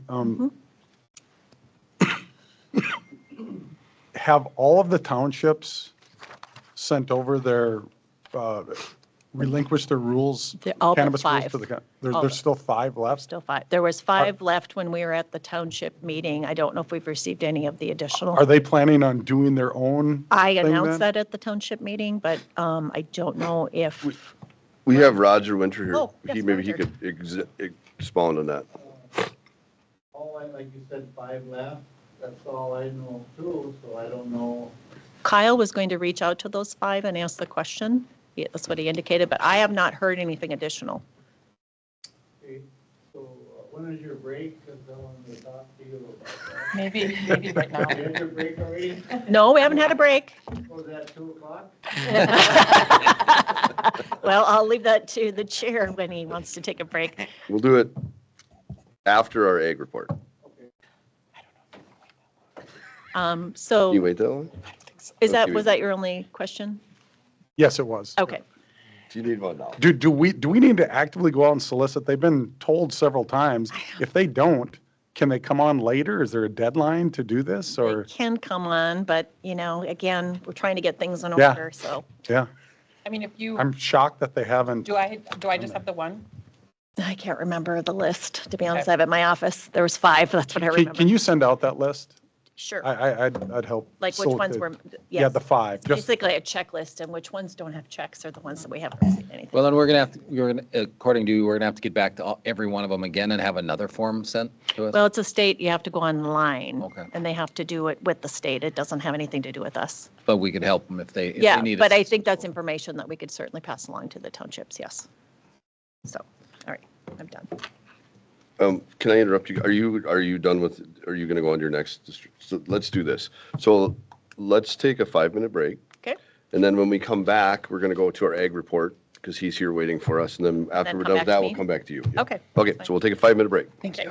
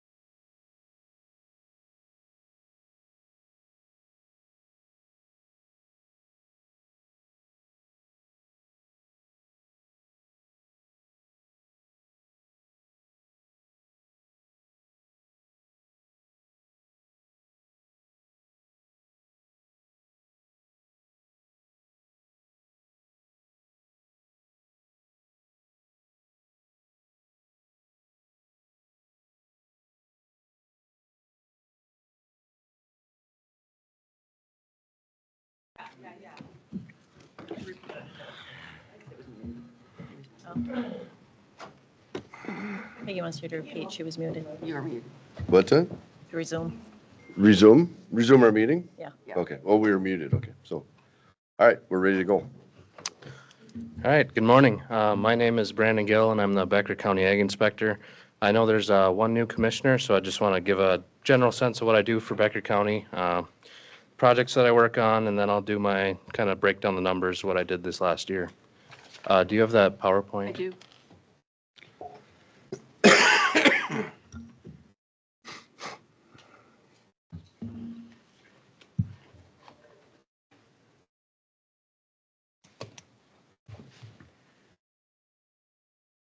It's taking me a minute.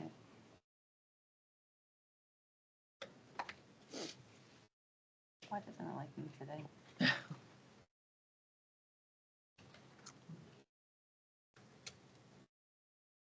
There we go.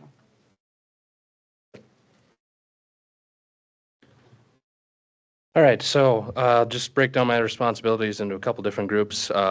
We have the weed-free gravel pit program here in Becker County. We're the first county to adopt it in Minnesota. It's a national association of invasive species management. Is kind of the organization we go through to get this certification. There's, I believe, 25 states involved in this now, with a variety of provinces in Canada.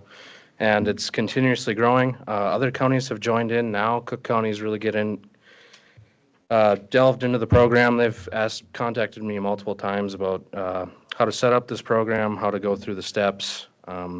Then there's other counties as well that are just doing more site-by-site basis weed-free gravel inspections.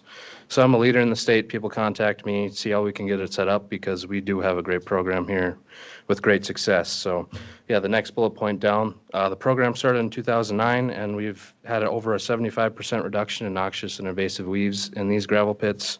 Since then, that was calculated 2 years ago, so I'll calculate it again next year and see if there's a bigger gap. But so far, that's great. But why does that matter? A lot of these invasive species cost people time, money, energy, and they can just be harmful to public health. So for example, wild parsnip can cause severe burns if you get the sap on your skin.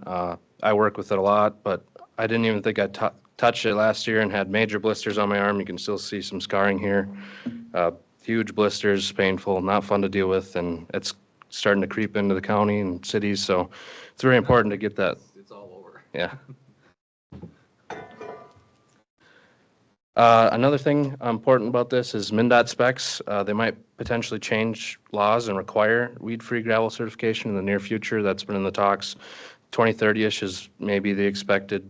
Who knows with the state these days, but we're set up and prepared to do this. We're set up better than anybody else in the state, and we can easily get that done.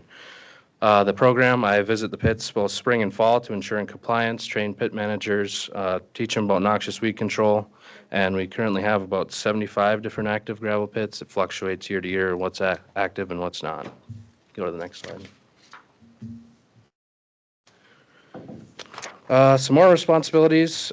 We have a cooperative weed management area where I write grants for noxious weed management as the head of the CWMA, where I purchase herbicide for cost share for landowners to use to spray their weeds, so it's no cost to them.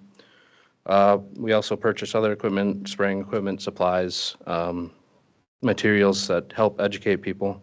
For this, I lead multiple meetings a year with CWMA members. This involves U.S. Fish and Wildlife, DNR Forestry, Wildlife Fisheries, Becker County Highway Department, Natural Resources, NRCS, FSA, MnDOT, township, cities, and more people as well. So that kind of helps get us all in the same room, all the people that manage land in Becker County, so we can talk about what the issues are and how we can work together to take care of these noxious weeds. I have a lot of reliable contacts with all these departments, so if there's any issues from public land agencies, you can contact me and I can usually get it resolved within the week. And next. So other responsibilities are my main responsibility really is to enforce the Minnesota noxious weed law. And through that, I have an annual local weed inspector training where I train all 47 townships and cities, some of their supervisors to take care of their noxious weed problems, to do their duties as local weed inspector. This year, it was in Brandon? March. I was a township guy before, and I know the last 2 years, we didn't have a weed meeting that we usually do in February or March. Is that, We did, you did this year? we did the last 3 years. Okay, maybe we missed the invitation. then. What township was that? Lakeview. I've sent it out to the local weed inspector, whoever that was. I think it was Bill Jordan, and I know He's passed away. yeah. So, So maybe okay. that was the miscommunication. Yep, and he was the weed guy, yep. So okay. that would make sense. All right.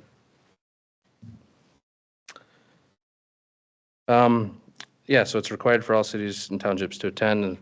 Lakeview, for example, has been great to work with, so I haven't really been concerned. There isn't as many weed issues in that township. But to get more local weed inspector involvement this year, I created a real legal notice from each municipality that I could to kind of say, you don't have any excuse. You can't say you don't know how to do this, because we walked through it during the training, gave them real life example, and they'll send it out this year. So we kind of got the ball rolling early this year, and that should be 40 some legal notices sent to take care of noxious weeds. So Brandon, are you for all of Becker County? Yep. What about the reservation? Do you still? all the do you- townships do come to that. Yep. No, the reservation, do you, Their private land, you mean? yeah, do we, because really, if someone across the road isn't taking care of their weeds, it's going to be in your property. So do you do all of that up there on White Earth too? You manage all of that? Yeah, so each entity, like Ward Earth is a hard one to deal with, clearly, is responsible for the noxious weed control. They're responsible for their own, so Yes. you don't have authority there?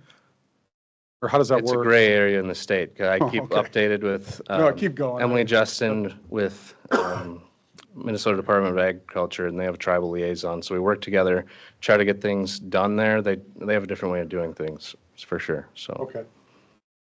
But yes, they are required. I can only get so many places in a year, so we kind of just focus on our main core areas that we can take care of really quick and easy, and we'll push back from there. That's kind of the goal right now. I'll show you kind of a general map of where we're working this year. So, yeah, and that training, we just go over weed ID, how to do their duties, and et cetera. So other things I do is education of county noxious weeds through mailings, door-to-door meetings with landowners, county fair, education materials, handouts, create all that.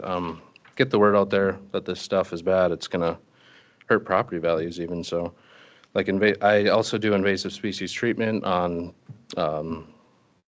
certain areas that might be a public health threat or something that I want to eradicate quickly. I can take the time to go spray that because I have my license for that.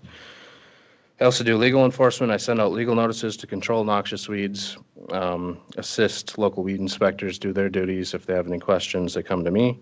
And I just listed a few of the main Becker County noxious weeds that we deal with, which are leafy spurge, wild parsnip, spotted knapweed, meadow knapweed, common tansy, non-native phragmites, and purple loosestrife.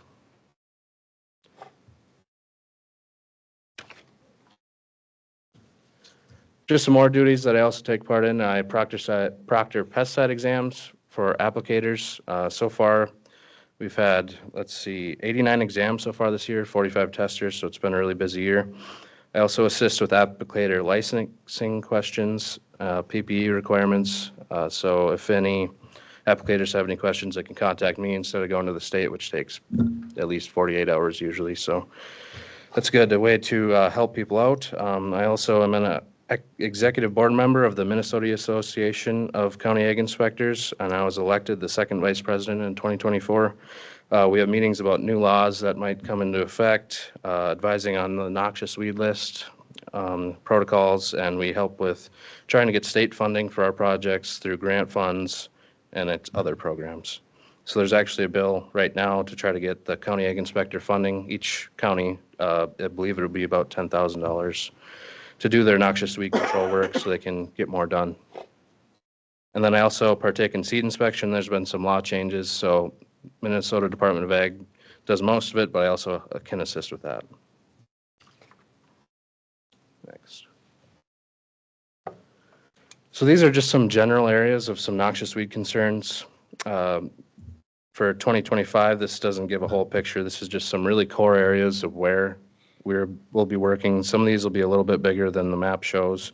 But on the west, there's non-native Phragmites, which is aquatic invasive or kind of terrestrial, kind of aquatic. It can grow on land and in water. So it's a tough one to deal with. And we don't want that getting into lakes. It'll drop property values. It's super tough to deal with, and it spreads like crazy. Wild That parsnip. tall one? Yep. In Salt Lake City, apparently, where they first found it, it just completely encompassed the whole lake, and it's pretty nasty. So there's also wild parsnip, like I said, that's a public health concern. Meadow knapweed and spotted knapweed, they outcompete all grasses. They release a chemical that would kill the grass around them. So any grazers, any ag, it really harms that. And then tansy, it also just kind of takes over pasture land and native areas. You can go to the next.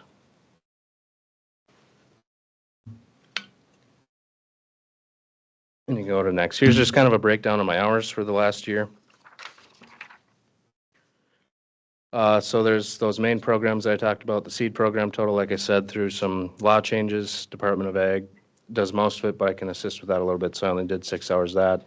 For the noxious weed program, that's the majority of what I do, based on how I break down hours. A lot of this has overlap, but I spent 1,400 hours doing various control, mapping, inspection, education, violation, follow-up, legal notices, some trainings that I attended, administration meetings I attended and ran, and grant writing and implementation.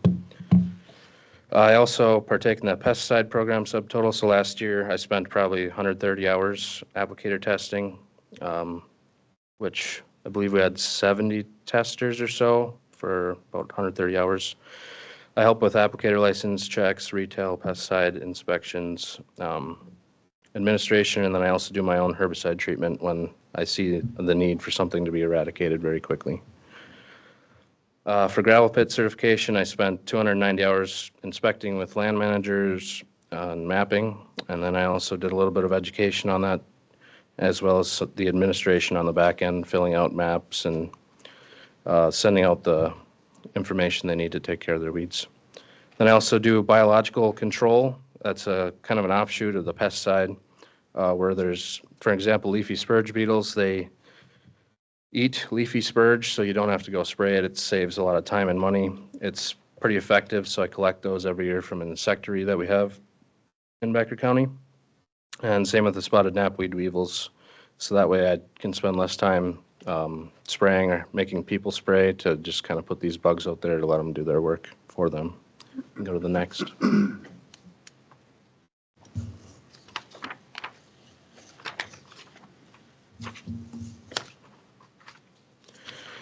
And this is just more of a breakdown, what I attended, what I did. I'll just highlight a couple things here. So for herbicide cost share recipients was 62 this year. That almost doubled the previous year. They probably average 5 to 10 acres of noxious weed control. And through these grants that I've been applying for and getting funded, which on the bottom right-hand corner, total for 2024 awarded was $24,000 for a variety of noxious weed control activities and education. So through that funds, I can help people take care of their noxious weeds at no cost to them, which makes me not seem like such a bad guy all the time. So, so that's definitely been helpful in getting more voluntary compliance, and it's really helped the program grow. Let's see, something else to highlight. Collected 29,000 leafy spurge flea beetles. They're really tiny. I dispersed those to 6 different sites. A lot of the county already has beetles in all their leafy spurge infestations, whether they work or not. It's probably 60-40 whether they work really good or not. So there's still times you have to spray afterwards, but it does a really good job. I met with 35 out of 40 different townships, 6 out of 7 cities. A couple other projects. We worked on Duntlocks buckthorn control this last year, used some grant funds to do that, and I'm working with Mitch Lundeen of Natural Resources to get that CPL grant to take care of buckthorn and Duntlocks. Yeah, and I administered 124 different exams last year, and that's kind of a breakdown of what I did last year, so. That's what I have. Any questions? So Brandon, when you release those beetles to eat the weeds or whatever, let's say there's not any left there. What, those beetles just die? Do they eat something else or? They just die. Okay. They're selective only to leafy spurge, Okay. which is a nice part. I figured that was your answer. I just was curious. I guess I also had a I'm couple not as- public land reports I didn't really touch on. I had those. I kind of compile a bunch of all the township city data. You can see that if you go to the next slide, you'll see the totals for both township and city and how much they invest in noxious weed control, how many inspections they do, and we're trying to get these numbers to keep going up so it'll keep reducing the noxious weeds in the county. If you go to the next one, or the public lands report maybe, if that was back a couple. And this, I just kind of break down what different public lands invest in noxious weed control. I didn't get a response from DNR Wildlife or U.S. Fish and Wildlife, but I know they're both working on things because I contacted them and they got their work done. So that's just my breakdown for the year. Does anybody have any questions for Brandon? Just one, did the state come in and do any control under that phragmites? Have they did any control in? Yes, so I believe there's around 30 locations in Becker County that it's found now, and they treated 18, depending on when that was found last year. They have grant funds, so they hired out a contractor and they got what they could do. I didn't see any improvement. I was contacted by the state to ask if they could treat on my shoreline, and I said yes, but it has spread considerably since I've received that letter, so I don't think they got to the lake. Depending on when I found it and when they could get to it, not all the locations were hit last year, but they told me they would get to it. So. And this is a shoreline weed that's mostly in the water, but it goes up on shore to some degree, so. It has what's called rhizomes and runners, so it'll shoot up all the way up onto the road ditch basically and kind of block public view, so. They grow to be, I would guesstimate these are 15 feet tall. Yeah, they can get up to 20, I believe. Yeah. I got a picture if anyone wants to see what they are. It's weeds. I thought they kind of looked neat when they were just a small pocket, and now and if they grow on the whole shoreline, it'll be not so cool. Mm-hmm. But we're out canoeing, and if you want to see what they do look like, this is what it is. That weed on the shoreline. They're about 15, and they're like a small cane. There's actually a native species that's very similar to this, but this one is a lot more aggressive. Gets taller and it takes over a lot more different areas. Want to see it? Control has worked on this one. I think they've eradicated probably 10 of the 30 spots that they've had in Becker County. So as long as we keep up with that, I think we can get ahead of it. So Thanks, Brandon. Anybody else have any questions for Brandon? All right, thank you. Appreciate what you do too. All right, let's go back to our county administrator, the strategic planning. We're not done. Oh, we're behind. Yeah, we're way behind, sorry. We're talkative this morning. Yeah, I guess so. Somebody talks too much. I don't know who that was. Yeah, I don't know. So the next item that I have is a potential contract or a scope of work, I guess, with regards to Becker County Strategic. Commissioner Hansen and I had a couple of different meetings with Ryan, and Ryan was recommended when we were in a different meeting. You actually came up with the name, correct? With Ryan? Yes? Came up with a name. What do you mean? The gentleman that put together the proposal for us. Oh, it's Ryan Selak. Right. So anyway, it was recommended through another meeting that we had with other counties as doing this work. I'm just giving the background of how we got there. So when we met with him and this board, we did a very just brief work session, if you will, talking about strategic planning and what, if anything, we want to do here in the county. So we scoped it down basically when we talked with Ryan. I can tell you from my own experience coming into this role, with the budgeting process, there wasn't anything real clearly laid out when I came into this role, and that perhaps is, due to some short-term administrators and doing things differently. So Again, I think the argument could be made both ways with regards to how we plan going forward with potential budget cuts and, what criteria do we use to make decisions and putting some goals and some measurements in place. So hence, this is the proposal that came from our meetings with Ryan after we asked him to scope it down from a couple of different topics that we had. And Mr. Chair, I mean, as a new member here, you can't manage what you can't measure. I know I probably said that before, but I don't know where, it's so hard to come up to speed for a new manager. It would be a lot easier if we had, and I think they're there, they're just not at the forefront. I think there's measuring devices there. I think environmental actually has some good things about where we've been, what we've done, how we got to where we are. This would kind of just consolidate that and put it in a better form. And with these if those budget cuts do come up, I think this could help us get to the next step. If some of that stuff does come to fruition, I think it's a worthy cause. All the good organizations that I'm on, it really, it helps. It really sets a direction. But I know I'm one voice. I think this would be good to spend some money on.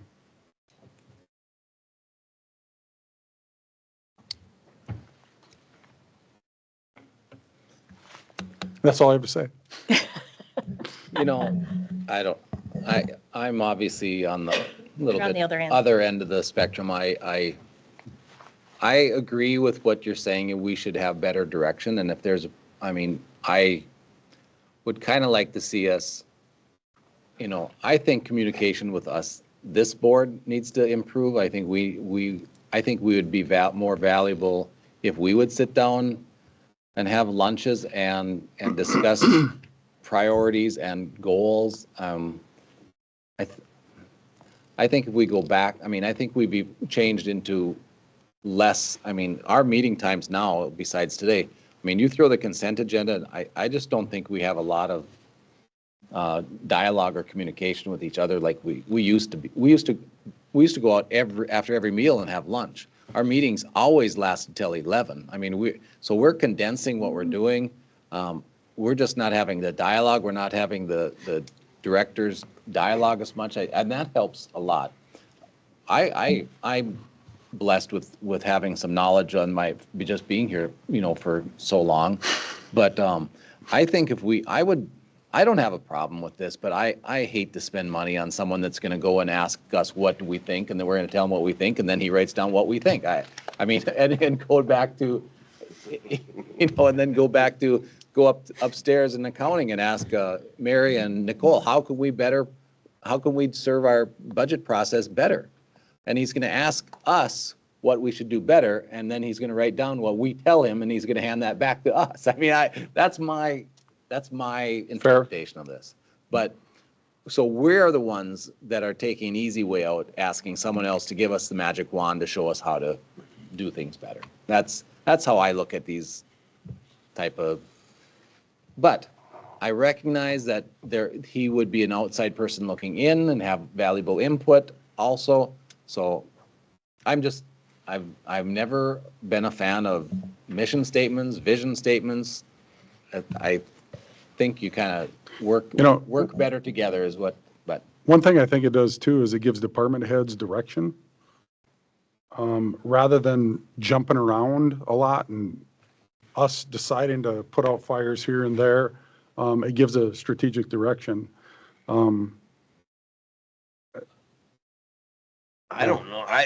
I think that I'm kind of in agreement with Barry on it. I think you got to pay attention to what's going on with the departments, see who's in charge, look at that.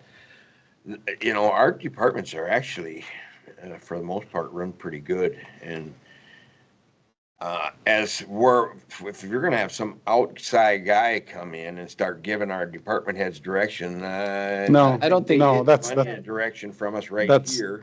He would be gathering information from us and gathering Right. what we think our direction is. I really think that if we have better communications and more contact, I miss going to lunch with the department heads and learning, and when you start, there's a lot of simple things that escalate when you can't have communications. If you can have communications and you have, and just for, I miss that. I think not having lunches with department heads and just sitting next to someone and having talk, you're more aware of who they are, what their direction is. I think department heads can say that back about us. Yeah, we know where the direction is, just in talking over the course of the, years but I'm not gonna. Well, Mr. Chair. I wonder if this might look better, if we had a better vision of what the state's gonna do after budget time, maybe we could look at it then to see, we have a better vision on, there's gonna be so many, right now we're in reaction mode, and what's the state gonna do to us? If we see all those numbers come through and now we're looking at those kind of numbers, our vision is survival. Honestly. But Mr. Chair and Commissioner Nelson and all, that's why you strategic plan. So you're not playing defense. So you're not jumping around here and there. You have a plan. You don't see it that way. You know what? And ultimately, if we don't do this, I don't want you guys to say, yeah, well, let him do it, and then spend the money and then not go through the procedure and do it and follow it. So if we're not going to do that, then there's no sense in spending the money. I don't think there's any strategic plan that can say, how can you manage a 20% levy increase? There's no plan out there that we can, there's nothing out there that no one could predict or anticipate something like that. There's nothing, there's no tool out there that would help prepare for that. I don't care what you have. So if I would, if we consider this, I would just like to see it after we see the state's budget, say what are we going to be hit with this year? Because honestly, that will affect any strategic plan that we have, where we see these numbers fall and in what time frame. Because if the state had a surplus, our strategic plan would be a whole lot different than if we see all these cuts to county program aid. If we see all these cuts, it's going to be a whole different future than if there's no cuts. So, and this would probably start after that. So maybe help identify cuts in programs. I don't know. I think for me, I'm with you, Barry. I'm not real big on strategic planning, but I also know that this board, with the exception of you, because you've been here for so long, have never faced a budgeting session, budget cuts like what we're potentially facing. I would be on board with this if I knew that was going to help us figure out how to get through this budget session. And I don't know if that's what this will do, or I think I don't know. One of the things I read would be the budget process. Now, I think this brings to light, if it's not this individual, we should, Mary Nicole, what should we improve on the budget process? Because and have a standardized, have something more. I thought we've always had pretty standard process. It probably hasn't changed, but what improvements can we make? And that's the questions that are going to be asked, but they're going to be asked to Mary and asked to Nicole and asked to, for budget, and ask Carrie, what would make these easier? So I think it brings to light that there's improvements to be made in our processes, for sure. Again, I think we should just wait until we see how bad it is at the state if you want to move forward with this, and maybe it will be, what's their deadline? Well, if they meet their deadlines, it's in May. The end of May, yeah. And Mr. Chair, I would refute that by saying, or let's get out in front of it.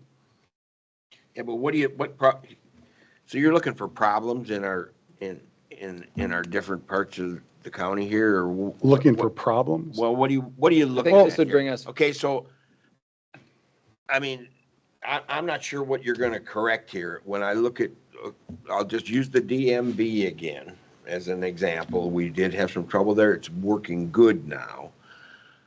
And I get different compliments on different parts of, on a lot of parts of our county here. So if there's a problem, somewhere, then I think we need to address that. But, so I guess I'm not sure what we would gain by going and looking at stuff where there's not a problem, where something's going good. I think this, one of the things this would help us with is, like I mentioned before with the Sheriff Glander's buildings, where are we going with space needs? Yes, and mean, I agree that that's a problem. That's something I think Yes. this would address, wouldn't it? This was one of the things I read in there. So I mean, this person would this is a facilitator basically is what you're looking for, and then you'd write some recommendations. A $10,000 facilitator. So that's, But- we do need to move forward and get kind of a game plan, but, like Sheriff Glander, are we willing to spend, $90,000 to project that we might need something in the future? We know we need it, we just gotta figure out how to do it. If we're looking at does it make a difference to anyone on this board if we're looking at a 15% levy increase versus a 7% levy increase? I mean, that's and I don't know if you take that and go, but it certainly would have some value if we knew what our direction was. But, if we've been moving, Human Services has been moving to homework, working from home, now we're transitioning back, the state's requiring you to go back to. So where's that going to end up? I don't know. So there's lots of questions that maybe this could answer to. Carrie, Yes, I'm not going to probably put you on the spot, but thanks. just give us can you give us a little information on what you've observed? In general? In general, yeah. I can just give you just my take. And coming in here, being new in the administrator role, it wasn't clear whose responsibility, who set up timetables, who did all of those things. That would be you. However, I will say in the past, other things had been done. So that's just one example. Or budgets, you mean? Yep. Yes. And then, my observation with regards to space, I think, how do I say this politely? We talk a lot about what needs are and, not being reactive to different things that we are potentially facing. Elevators, boilers, now I'm talking higher level Building budgeting, maintenance. but building maintenance. And again, space needs, I've said, we need to have a starting point and where do we start and where do we, because I think everybody on this board has a different idea of what that looks like and what the priorities are. So my hope with this, with regards to budgeting process and or space, is they do go together. Obviously, you're going to spend money or not. So I do think they go together. I think it could give us some focus as a board and come to some consensus and agreement.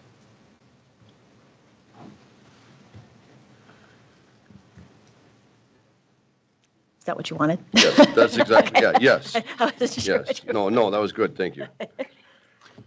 Mr. Chair, if you're on the fence or not committed to this, I don't want to spend the $9,000 or whatever it is either. I don't know. I just believe that you got to buy into this if you truly believe it. If you don't, Barry, you have the 20 years of being around. I don't, so maybe I'm coming at it from a different vantage point. You know how we got to a lot of spots we're at now, but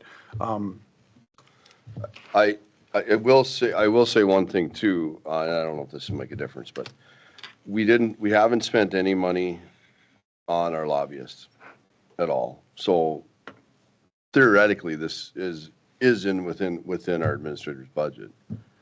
So it's not, it's not any extra money we would be spending. I'm going to ask, and you're not going to like this, but Mary, I'm going to ask Mary and Carrie, Oh. do you feel this would be a valuable tool for you to move forward? Yes.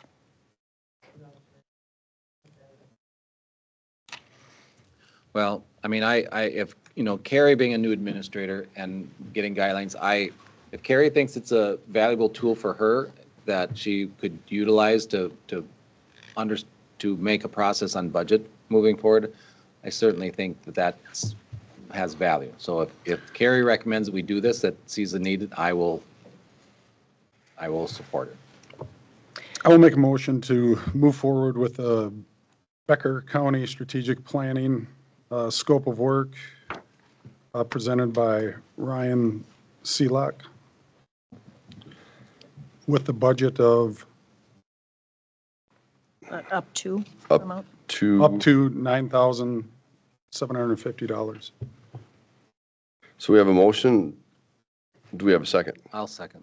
So we have a motion by Phil, second by Barry. Do we have any further discussion? If I may just add one comment, I appreciate the openness to discuss this. And I should have said too, I'm going to be here. This is my last stop, and I've Yeah. talked about that openly. Hopefully, I can stay here. And with that said, my hope really truly is once I exit this position, that there'll be a good process in place for whomever comes in. That was my hope. And I do agree that we do need, especially facing what we could potentially be facing, a good budget process is good.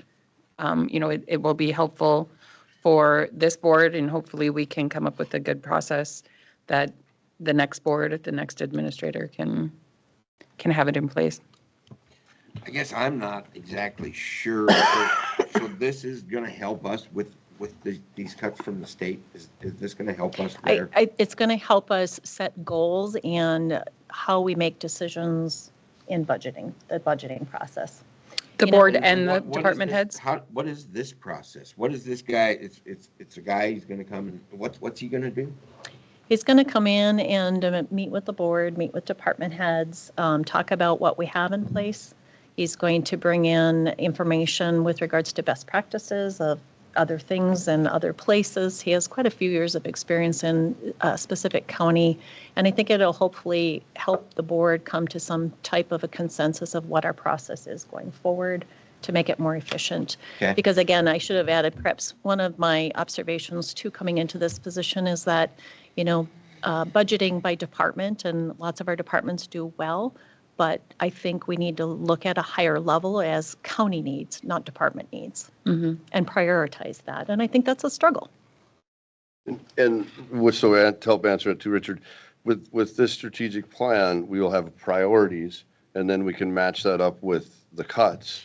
And if we decide this is a priority, then we have And to. why. And why is it a priority? Then we have to do that. If this one isn't, then maybe we can cut that. To make. Yeah, okay. So it'll move towards, so just making sure I'm understanding this correctly, it'll move us towards, currently, we kind of look at departments individually, separately, budget That's based my on vision. department Yes, needs. yes. Where this will help us move towards, let's look at county needs, and how I can they- truly believe that's where the focus we needs to be. can bring it together to Yes. better meet the needs of the county. All right, so we have a motion and a second. Do we have any further discussion? Leviosa. All right, all in favor signify by saying aye. Aye. Opposed? All right, motion carries. All right, we now will move on to the letter of support that we added. Oh, shoot. Forgot about that. Mr. Chair, I'll make a motion to approve the letter of support that's drafted by Carrie and for the RBIG. Thank you. Yeah. And then you're going to get, we have a motion by Barry, do we have a second? I'll second. Okay, we have a second by Erica. Where is that? Did we just get? do We not have- added it from the RBIG. Carrie's draft. I have to Just draft. draft. So, and then he's Just going to because of get the you a time letter from Otter Tail, I believe. Yeah, he was going to give me something I could go by. All right, so we have a motion and a second. Do we have any further discussion? Okay, all in favor, signify by saying aye. Aye. All right, motion carries. All right, we are on to human resources, only an hour behind. Not too bad. That's not bad. Hour and 2 minutes. I didn't say it, you guys did. All right, good morning. So before you, I have a contract addendum for the Teamsters Human Services contract. We've already approved the job descriptions for this, but this is getting it incorporated into their contract, adding the individual dispatcher position, and then regrading the combined dispatcher driver position. I'll make a motion to approve the contract addendum. All right, I will second. Is there any further discussion? Okay, all in favor, signify by saying aye. Aye. Aye. All right, motion carries. Thank you. Thank you. All right, highway, Jim. Morning, Jim. Morning, Jim. Good morning, Commissioners. Morning. 3 items for you to consider today. They're all approval of contracts. The first contract is our annual dust control bid award. We had 3 bidders on this, and again, as in last year, Corbin Excavating out of Sabika is the low bidder, using mag chloride for dust control on the roads. Price is $1.24 a gallon. This is up 4 cents from last year, so about 3% increase. So, and we've had no issues with him, so we're recommending approval. Motion to approve 2D. Second. All right, motion by Barry, second by Phil. Any discussion? Okay, all in favor signify by saying aye. Aye. All right, motion carries. Next item for consideration is the bituminous materials. This is our seal coat oil that we use on our seal coat operations. It's pretty much our sole source supplier. Flint Hills gave us a quote of $578 a ton for the oil.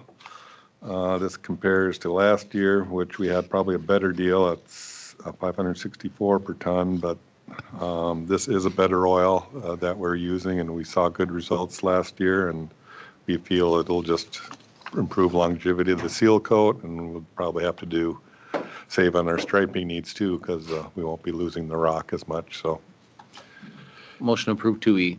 All right, we have a motion by Barry. Do we have a second? Second.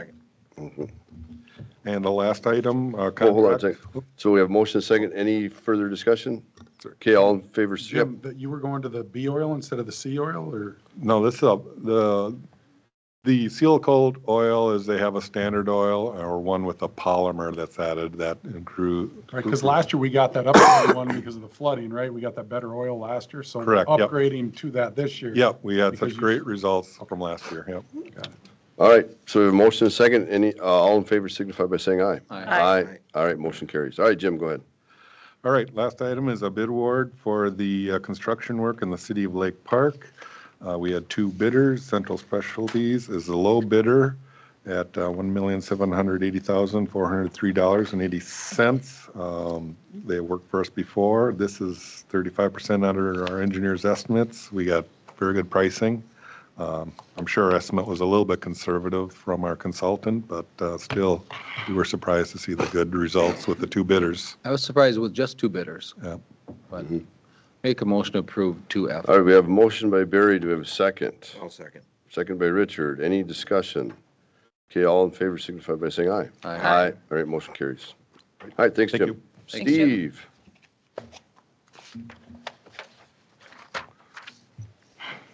Morning, Mr. Chair and board members. Morning. Morning, Steve. I got a couple things. One is we got a gift from the MPCA. They're going to give us a storage shed that we can store lithium batteries in. We'll put it out at on our campus. Basically, the state had applied through the U.S. Department of Energy to get a gift, and they're giving these to different counties that want this. And so we got a gift. It's got the storage shed. It's going to be coming. It's worth approximately $14,000. There's also a lithium battery fire suppression kit that's got a value of $1,200 for a total gift of $15,200 to Becker County. So I read it in the packet. It says we recycled 1 ton of lithium batteries last year. Is that correct? What is that? How is that comparable to other counties? Or, I mean, are we doing well, or are we? No, I think we are, because we're one of the few counties that have as many public drop sites. Most counties do not do it like we do it. Well, I thought that's a great idea, and it's working well. So It is. It's significantly increased the amount of batteries that we collect. I'll make a motion to approve 2G. Do we have a motion by Barry? Do we have a second? Second. Second by Phil. Any discussion? Just go to ahead. remember that these lithium batteries cause fires, and if we can get them out of the waste stream, and we all know we had a fire probably from a lithium battery in the past. So this not only puts them in the proper spot, it saves long-term expense of. And then I'd make one note, Peggy sent us a corrected or an adjusted Updated resolution. updated resolution, there you go, with the amount of 15,200 in it. Do you want copies of that? No, we got an email. Okay. So we have a motion and a second. Do any further discussion? Okay, all in favor signify by saying aye. Aye. All right, motion carries. All right, Steve. Thank you. The second item is Resolution 042528. It's a personnel request. We implemented a career ladder position for our clerks, and this would be moving one of our clerks up a notch. They're both full-time though, right? No, one's part-time and one's full-time. So the other clerk is a part-time one that would stay. No, I'm asking, you're moving We're moving a full-time clerk up one position. you're not changing the hours from these No. employees? No. That was a little unclear in this. The numbers showed it, but I wasn't clear if it's just a change of from account 1 to account 2 or clerk 1 to clerk 2. Yep. And this committee approved? We talked about this internally at the environmental committee with the idea of the ladders, a career ladder for both. Yeah. Transfer We're station talking, staff. Tiara, you were part of that meeting too. Do you want to, this is all new to me, so. Yeah. So one thing for clarification on that, it's not just reclassifying a position, this is a career ladder. So upon the union agreeing to adding the career ladders, the initial implementation of career ladders into a department has to be posted internally for 7 days. Once that initial posting is completed, then that is spurred by the department head and goes back to committee. But just to clarify that this isn't just reclassifying a position, this is who is currently in the position would have to apply, and anyone else within the county would have the opportunity as well. And then this position in the future, if she would resign, would go back to an account clerk 1. Correct, yes. Or at that time, maybe the other person that's in the position would be ready for that, that's currently in an account clerk 1 that's part-time, would be ready for that next step, and we would bring that to the committee at that point in time. I think this was discussed when I was at. You were. Yeah, because It was me and you. You took my place. That's why I don't remember it, But what we were stressed at, that we're not creating another position. Correct. I mean, it's not another position, so that we have to work our way through these sometimes internally, that we're not creating another position.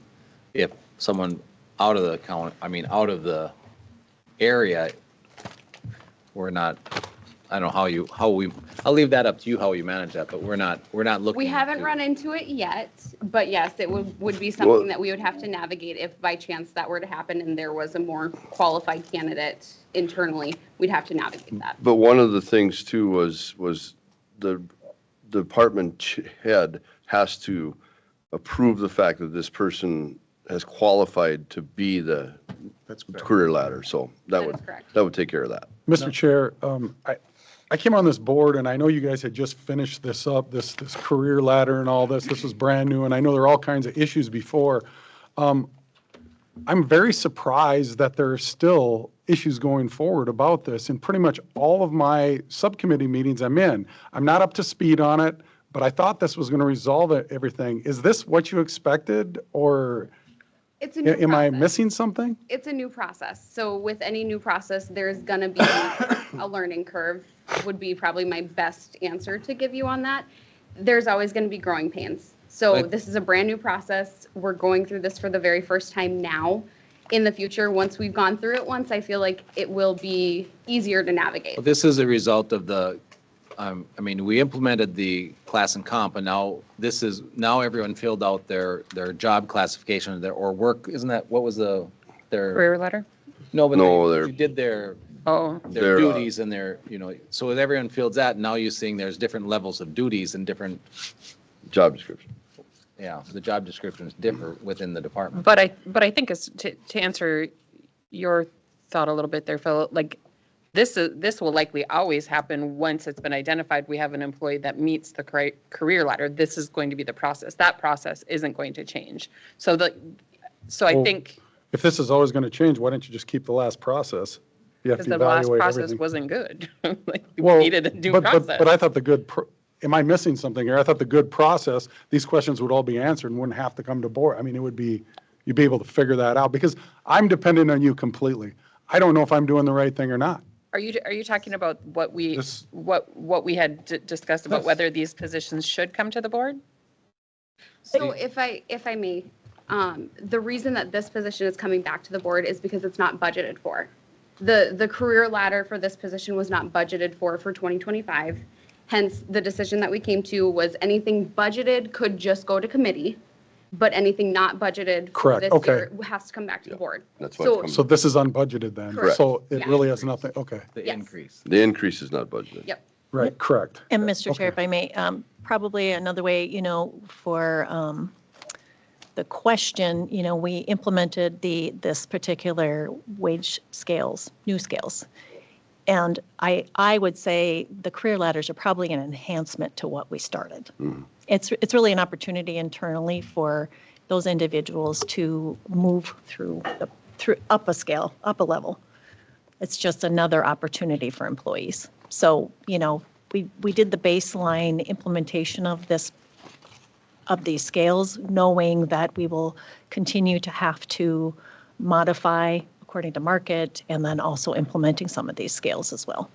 I mean, I think it's fair to say that we're going to be doing this annually as far as looking at. Yep, which we haven't done historically. So that's part of the new process is we need to keep up with the new process to make sure that the new process is sufficient. To keep it in line, yeah, absolutely. We spent a lot of money and a lot of time on this, so I would hate to have this not be maintained, this process and this system. All right, so do we have I'll entertain a motion to approve 2H. So moved. So we have a motion by Erica. Do we have a second? Second. Second by Barry. Any other discussion? All right, all in favor signify by saying aye. Aye. Aye. All right, motion carries. Thanks, Tierra. Thank you, Tiara and Steve. All right, Sheriff Glander, you were the last contestant on The Price Might Be Wrong. Save the best for last.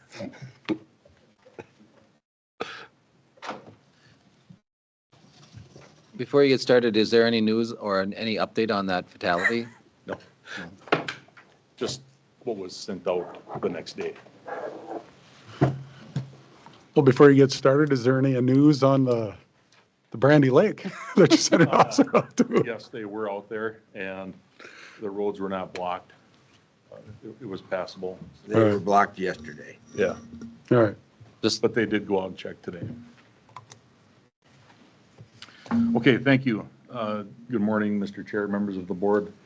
First item I have this morning is Resolution 04252B, which is our 2025 Minnesota Annual Boat and Water Safety Grant. Motion Which is the approved. amount of $29,903. Motion approved 2B. All right, we have a motion and a second. Any other discussion? Okay, all in favor signify by saying aye. Aye. Aye. All right, motion carries. Thank you.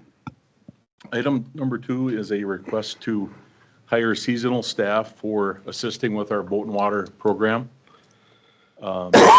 We do have this in the budget along with using the reimbursable grant for that. So do I have a motion to approve the boat and water seasonal staff? I'll make a motion. So motion by Phil, do I have a second? Second. Second by Erica. Any discussion? Todd, just FYI, I see when I went and looked at the boats, we got 4 boats. Yes.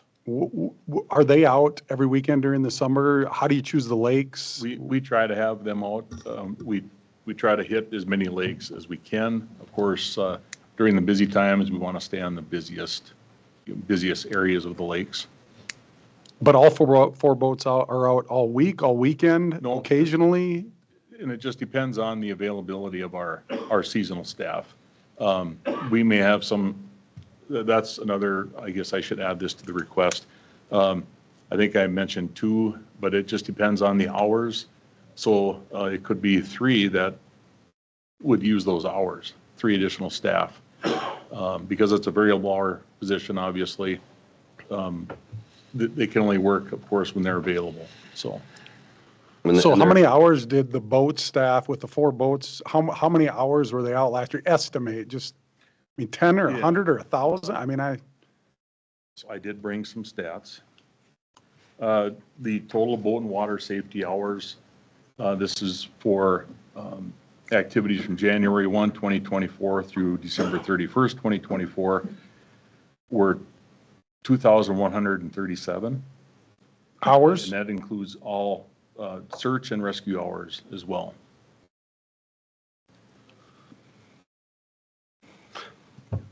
And we have 1 full-time deputy assigned to boat and water and, snowmobile ATV and such.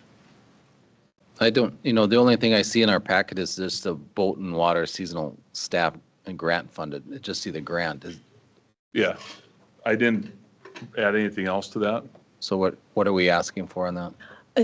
Again, this is one of those it's budgeted for. I had indicated, I don't believe you're necessarily need to approve this. I just said, bring it forward So for we're just informational approving the purposes. grant or? Correct, correct. Yeah, we approved the grant, and then, so in the past, we have, all the seasonal workers have been brought to the board. But they're So budgeted. on number 2, we have no action. Is that correct? I don't think we need action, no. Okay, so you need the leadership training. Okay. Number 3, I'd like to bring leadership training to not only our office, but we have, I believe 8 other county department heads that will be attending. It's through PDL training. And What grant is it funded through? it'll be through our public safety legislative fund. Yep. So it's grant funding, but it's taking away from that. So how much is it? It shouldn't say grant funded. It's the public, it does say public safety fund. It says it's public safety fund. $5,000 each day.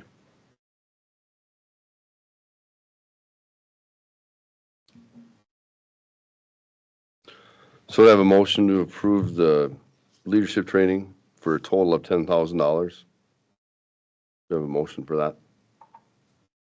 I'll make a motion to approve the leadership training up to 10,000. Do we have a second? I'll second. Second. Motion by Erica, second by Richard. Do we have any discussion? What is this? Leadership training for what? Page 69. Page 69. Yeah, it's, the name of the training is Drive the Road Leadership Training. I think this would be a good program for all of our, all of our supervisors within the sheriff's office, including sergeants at the jail and the patrol division. So is this for group training or one-person training? No, this is for up to 25. And as of right now, we have it filled. Okay, so we have a motion and a second. Do we have any more discussion? I think, didn't we discuss this, that there'd be some mental health benefits also? I mean, for leadership and, I think there's I think mental health is a big leadership tool. I mean, It's becoming increasingly more. wouldn't this help with that? It would, yeah. It's just going to help all around. I think, our job, no matter what position you're in, it's becoming, in all areas of those positions, it's nice to have somebody else come in and, hey, this is what looks like you're doing right, this is what you're doing wrong, and. Not wrong, improve upon. Improve upon, yeah. This is what you can improve upon. Yeah. Like, what will the public see? Like, is this an internal thing, or what will the public? It's internal, yes. Yeah. I would say the public will, you would recognize better decision-making processes when you're engaged in public and every situation. In the handling of situations, yeah. Okay. And I think in your department, especially, good leadership makes good decisions and helps longevity in your department. Yeah, So absolutely. I think, All right, so we have a motion and a second. All in favor signify by saying aye. Aye. All right, motion carries. Okay, Todd. Item number 4 is, again, going along with what Commissioner Nelson said, I would like to bring in mental health training, mental health awareness training. This is for all staff in my office. I believe there's 94, and I'm going to make it mandatory for everyone. It is not only for themselves, but to recognize it amongst their peers and other people that they deal with in this job. It is becoming very important to be cognizant of what they're going through and others. And then we should have a max amount to approve too. We had a max. So- It's not going to get to the max, we didn't think, but Well, it might. right. The cost we have right now, this is a program that's coordinated through our ACH, which is our corrections healthcare program out of the jail. We have 1 day of training that is free, and then the other 2 days, of course, there's going to be a cost. And that cost, just for the 3 sessions, is $4,416. Now, there will also be individual sessions that I will be making mandatory as well. We do not have a cost on that, where Pierre is. We've been working on that, but I think the original cost that we talked about is very high. Mr. Chair, if I may. I don't know if we want to, yeah. With this mental health training, I think it's just imperative for the board to understand, there's increasing claims of PTSD with the trauma that law enforcement is exposed to ongoing. And I think that the sheriff and I had started this conversation quite some time ago.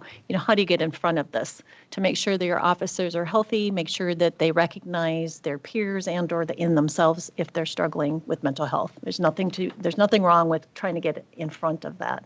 So I think the first phase of what he's trying to accomplish here is to give his officers and his department information about mental health to perhaps more normalize this. It's probably the first aid part of it. It is. Yeah. So it's recognition. Second part is, to give them avenues and opportunities if there are things that can be dealt with now versus on the back end where we're losing officers, leaving the profession because of the struggles that they're having. I also want to add, most sheriff's offices are doing this already. I've had, I want to thank first of all Tiara for helping me get this set up, because it is a major planning issue to get that many people signed up for 3 days of training. That's mandatory, or 1 day for each, obviously, but it's 3 days of training to get us all in. So I want to thank her for her help with this, and I believe it's going to be a benefit for everyone. This cost of up to $10,000, that does not include the individual sessions? We're not sure what that, We're not sure. That's what we're waiting on. okay. I think, I believe it's going to be over $10,000 if you add the 3 classroom sessions And It'll it's, be over 10,000 total. total for everything. individual and, Yeah, Yeah. that's the thing. We don't know what that cost is yet. and then Okay. it'll be paid for from the public safety fund. And also, I think this is super valuable because hopefully it can have officers that have issues recognize, help them and get them help. And it'll keep our officers longer. It'll also hopefully prevent anything else that could happen. Yes. And I think it's huge valuable. It's not only a big issue probably in our law enforcement, but it's also an issue in our whole society and we need to help.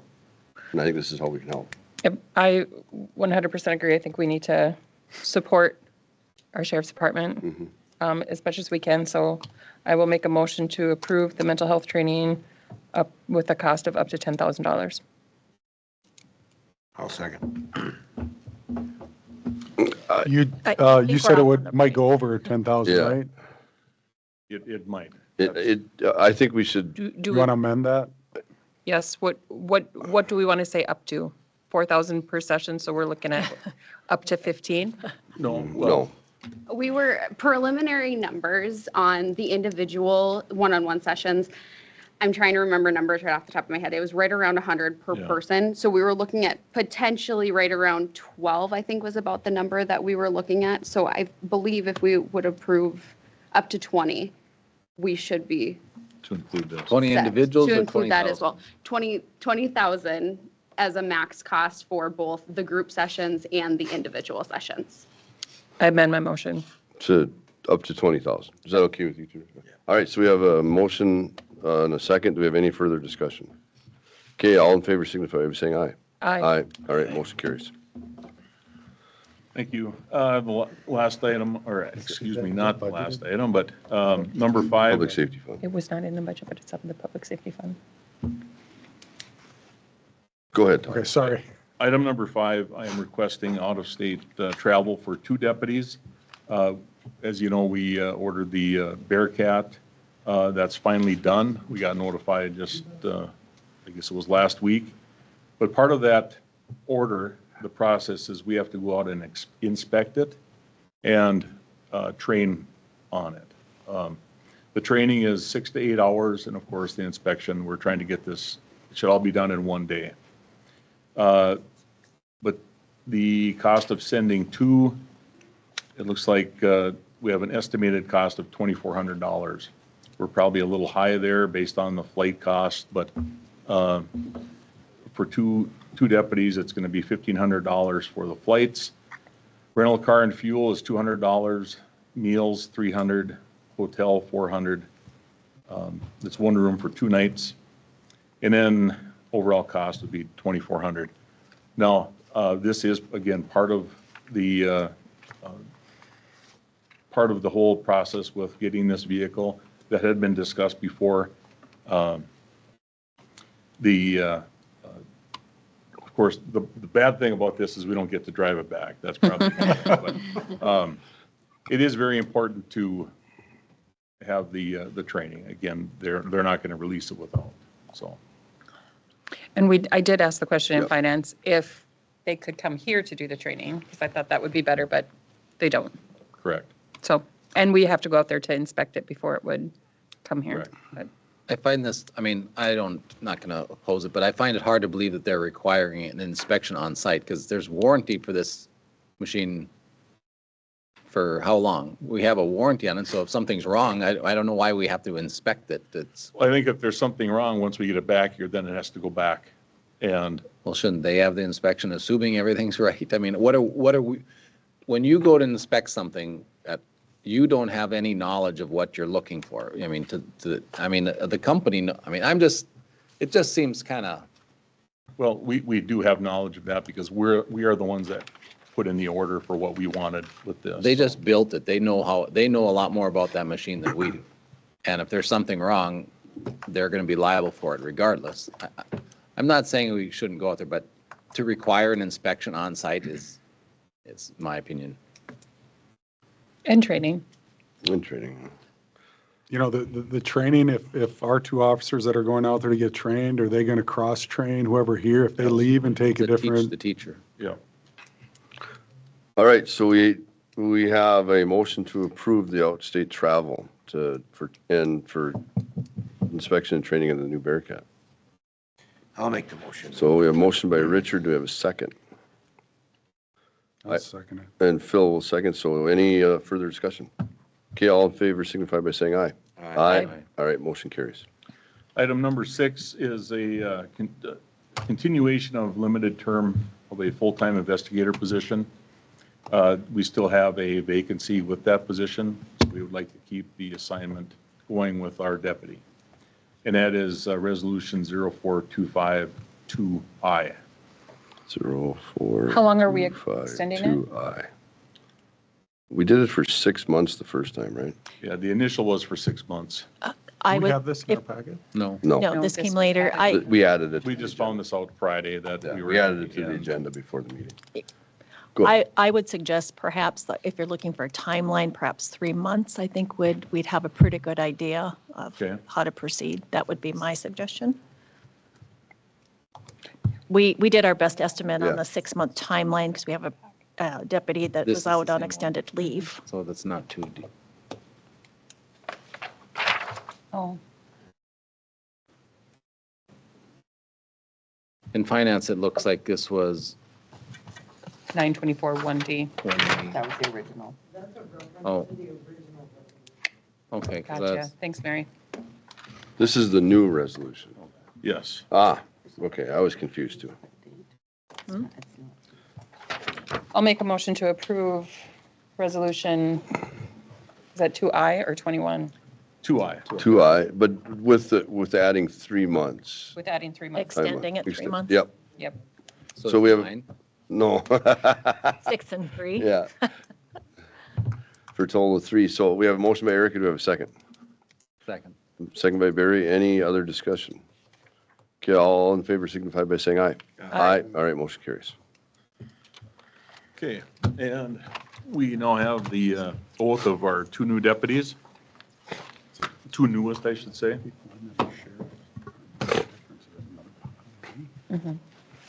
That was it was a grant. Designated about $960,000. Yeah, 960. It has to be spent by July 1st. Yep. The Bearcat was a big part of that, was part of that. I thought that was, That was auto, special. special general. Wasn't it part of this one, part of it too? Mm-mm. Come on in. Hey. Eric, you're up here. Oh, do I look old? I feel old. I feel ancient. You think you do?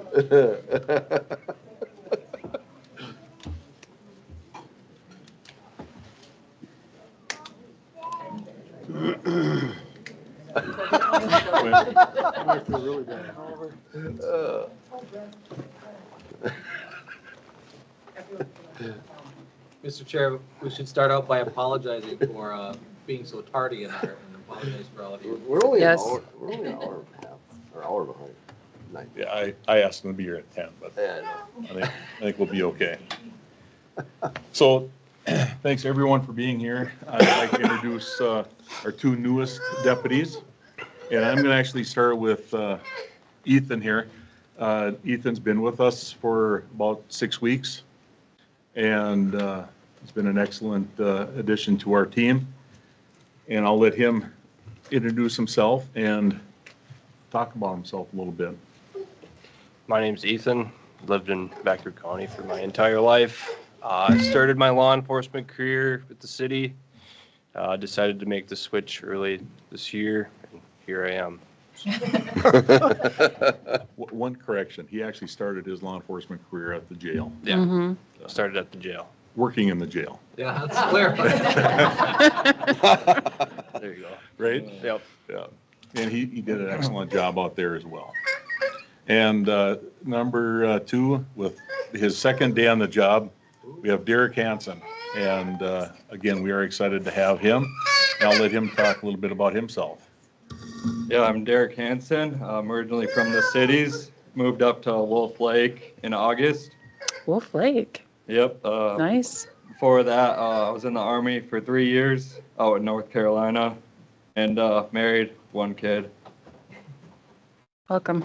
Yep. Welcome to Becker County. I Yeah. can't say that to Ethan. He's lived here his whole life. Big But move from the cities to Wolf Lake. Yeah. A little bit different population. I live out by Wolf Yeah. Lake. That's why I ask. I drive a blue pickup. She speeds a lot. I've rode with her. Your parents are here as well, both parents. Oh, great. All right, let's start this. Why don't you guys stand up here? How old are you guys? You don't have to answer that. You can't answer that question. There's the I stopped him right away. Good job, Barry. To go back to new commissioner school. Right, raise your hand and repeat after me. I, Ethan Wolfe. I, Ethan Wolfe. I, Derek Hansen. I, Derek Hansen. Do hereby swear. Do hereby swear. That I will support the Constitution of the United States of America. And I will support the Constitution of the United States of America. And impartially discharge. The duties of the office of Deputy Sheriff. Duties of the office of Deputy Sheriff. Of Becker County, Minnesota. Becker County, Minnesota. To which I have been duly appointed. Which I have been duly appointed. To the best of my ability. To the best of my ability. So help me God. So help me God.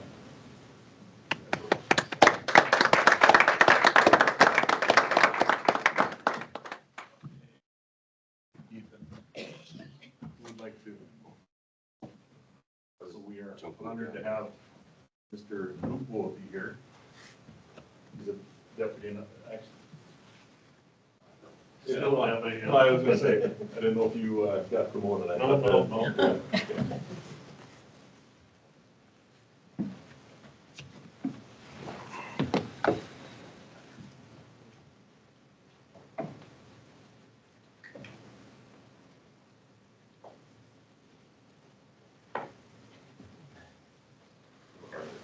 Okay.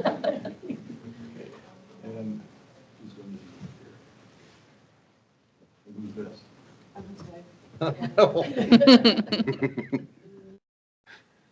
You can stick them, it's okay.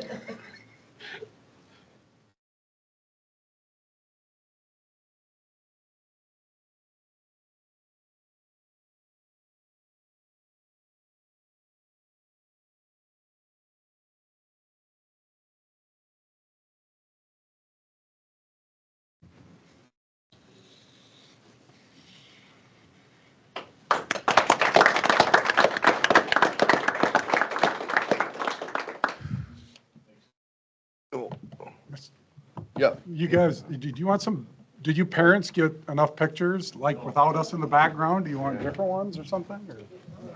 Or did you get everything you needed? We can get out of the way. Clear over. I just want to say I'm very blessed to have Yeah. this team. Congratulations. I know.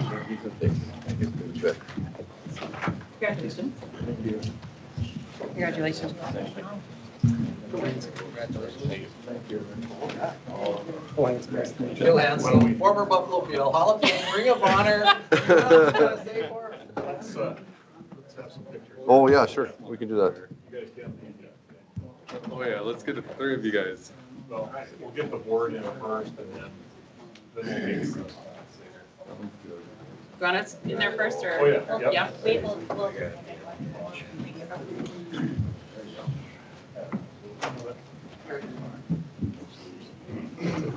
Richard, you're still shorter. I am. That's why I don't.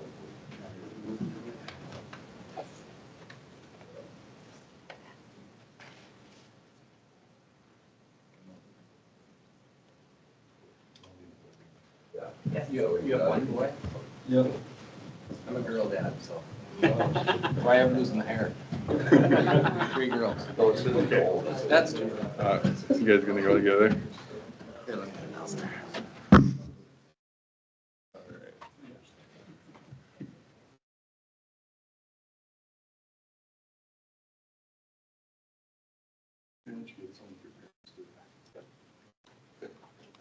Take your time. We are done with our board meeting, so we are. We're not adjourned. We are. We are not adjourned. We just adjourned? He is not adjourned. You wanna do adjournment quick? Here, Yeah. Yep, Then you can do photos. we are adjourned. We're adjourned. Okay, now. There you go. We are adjourned? Yep. Okay. I'm gonna get out of the way.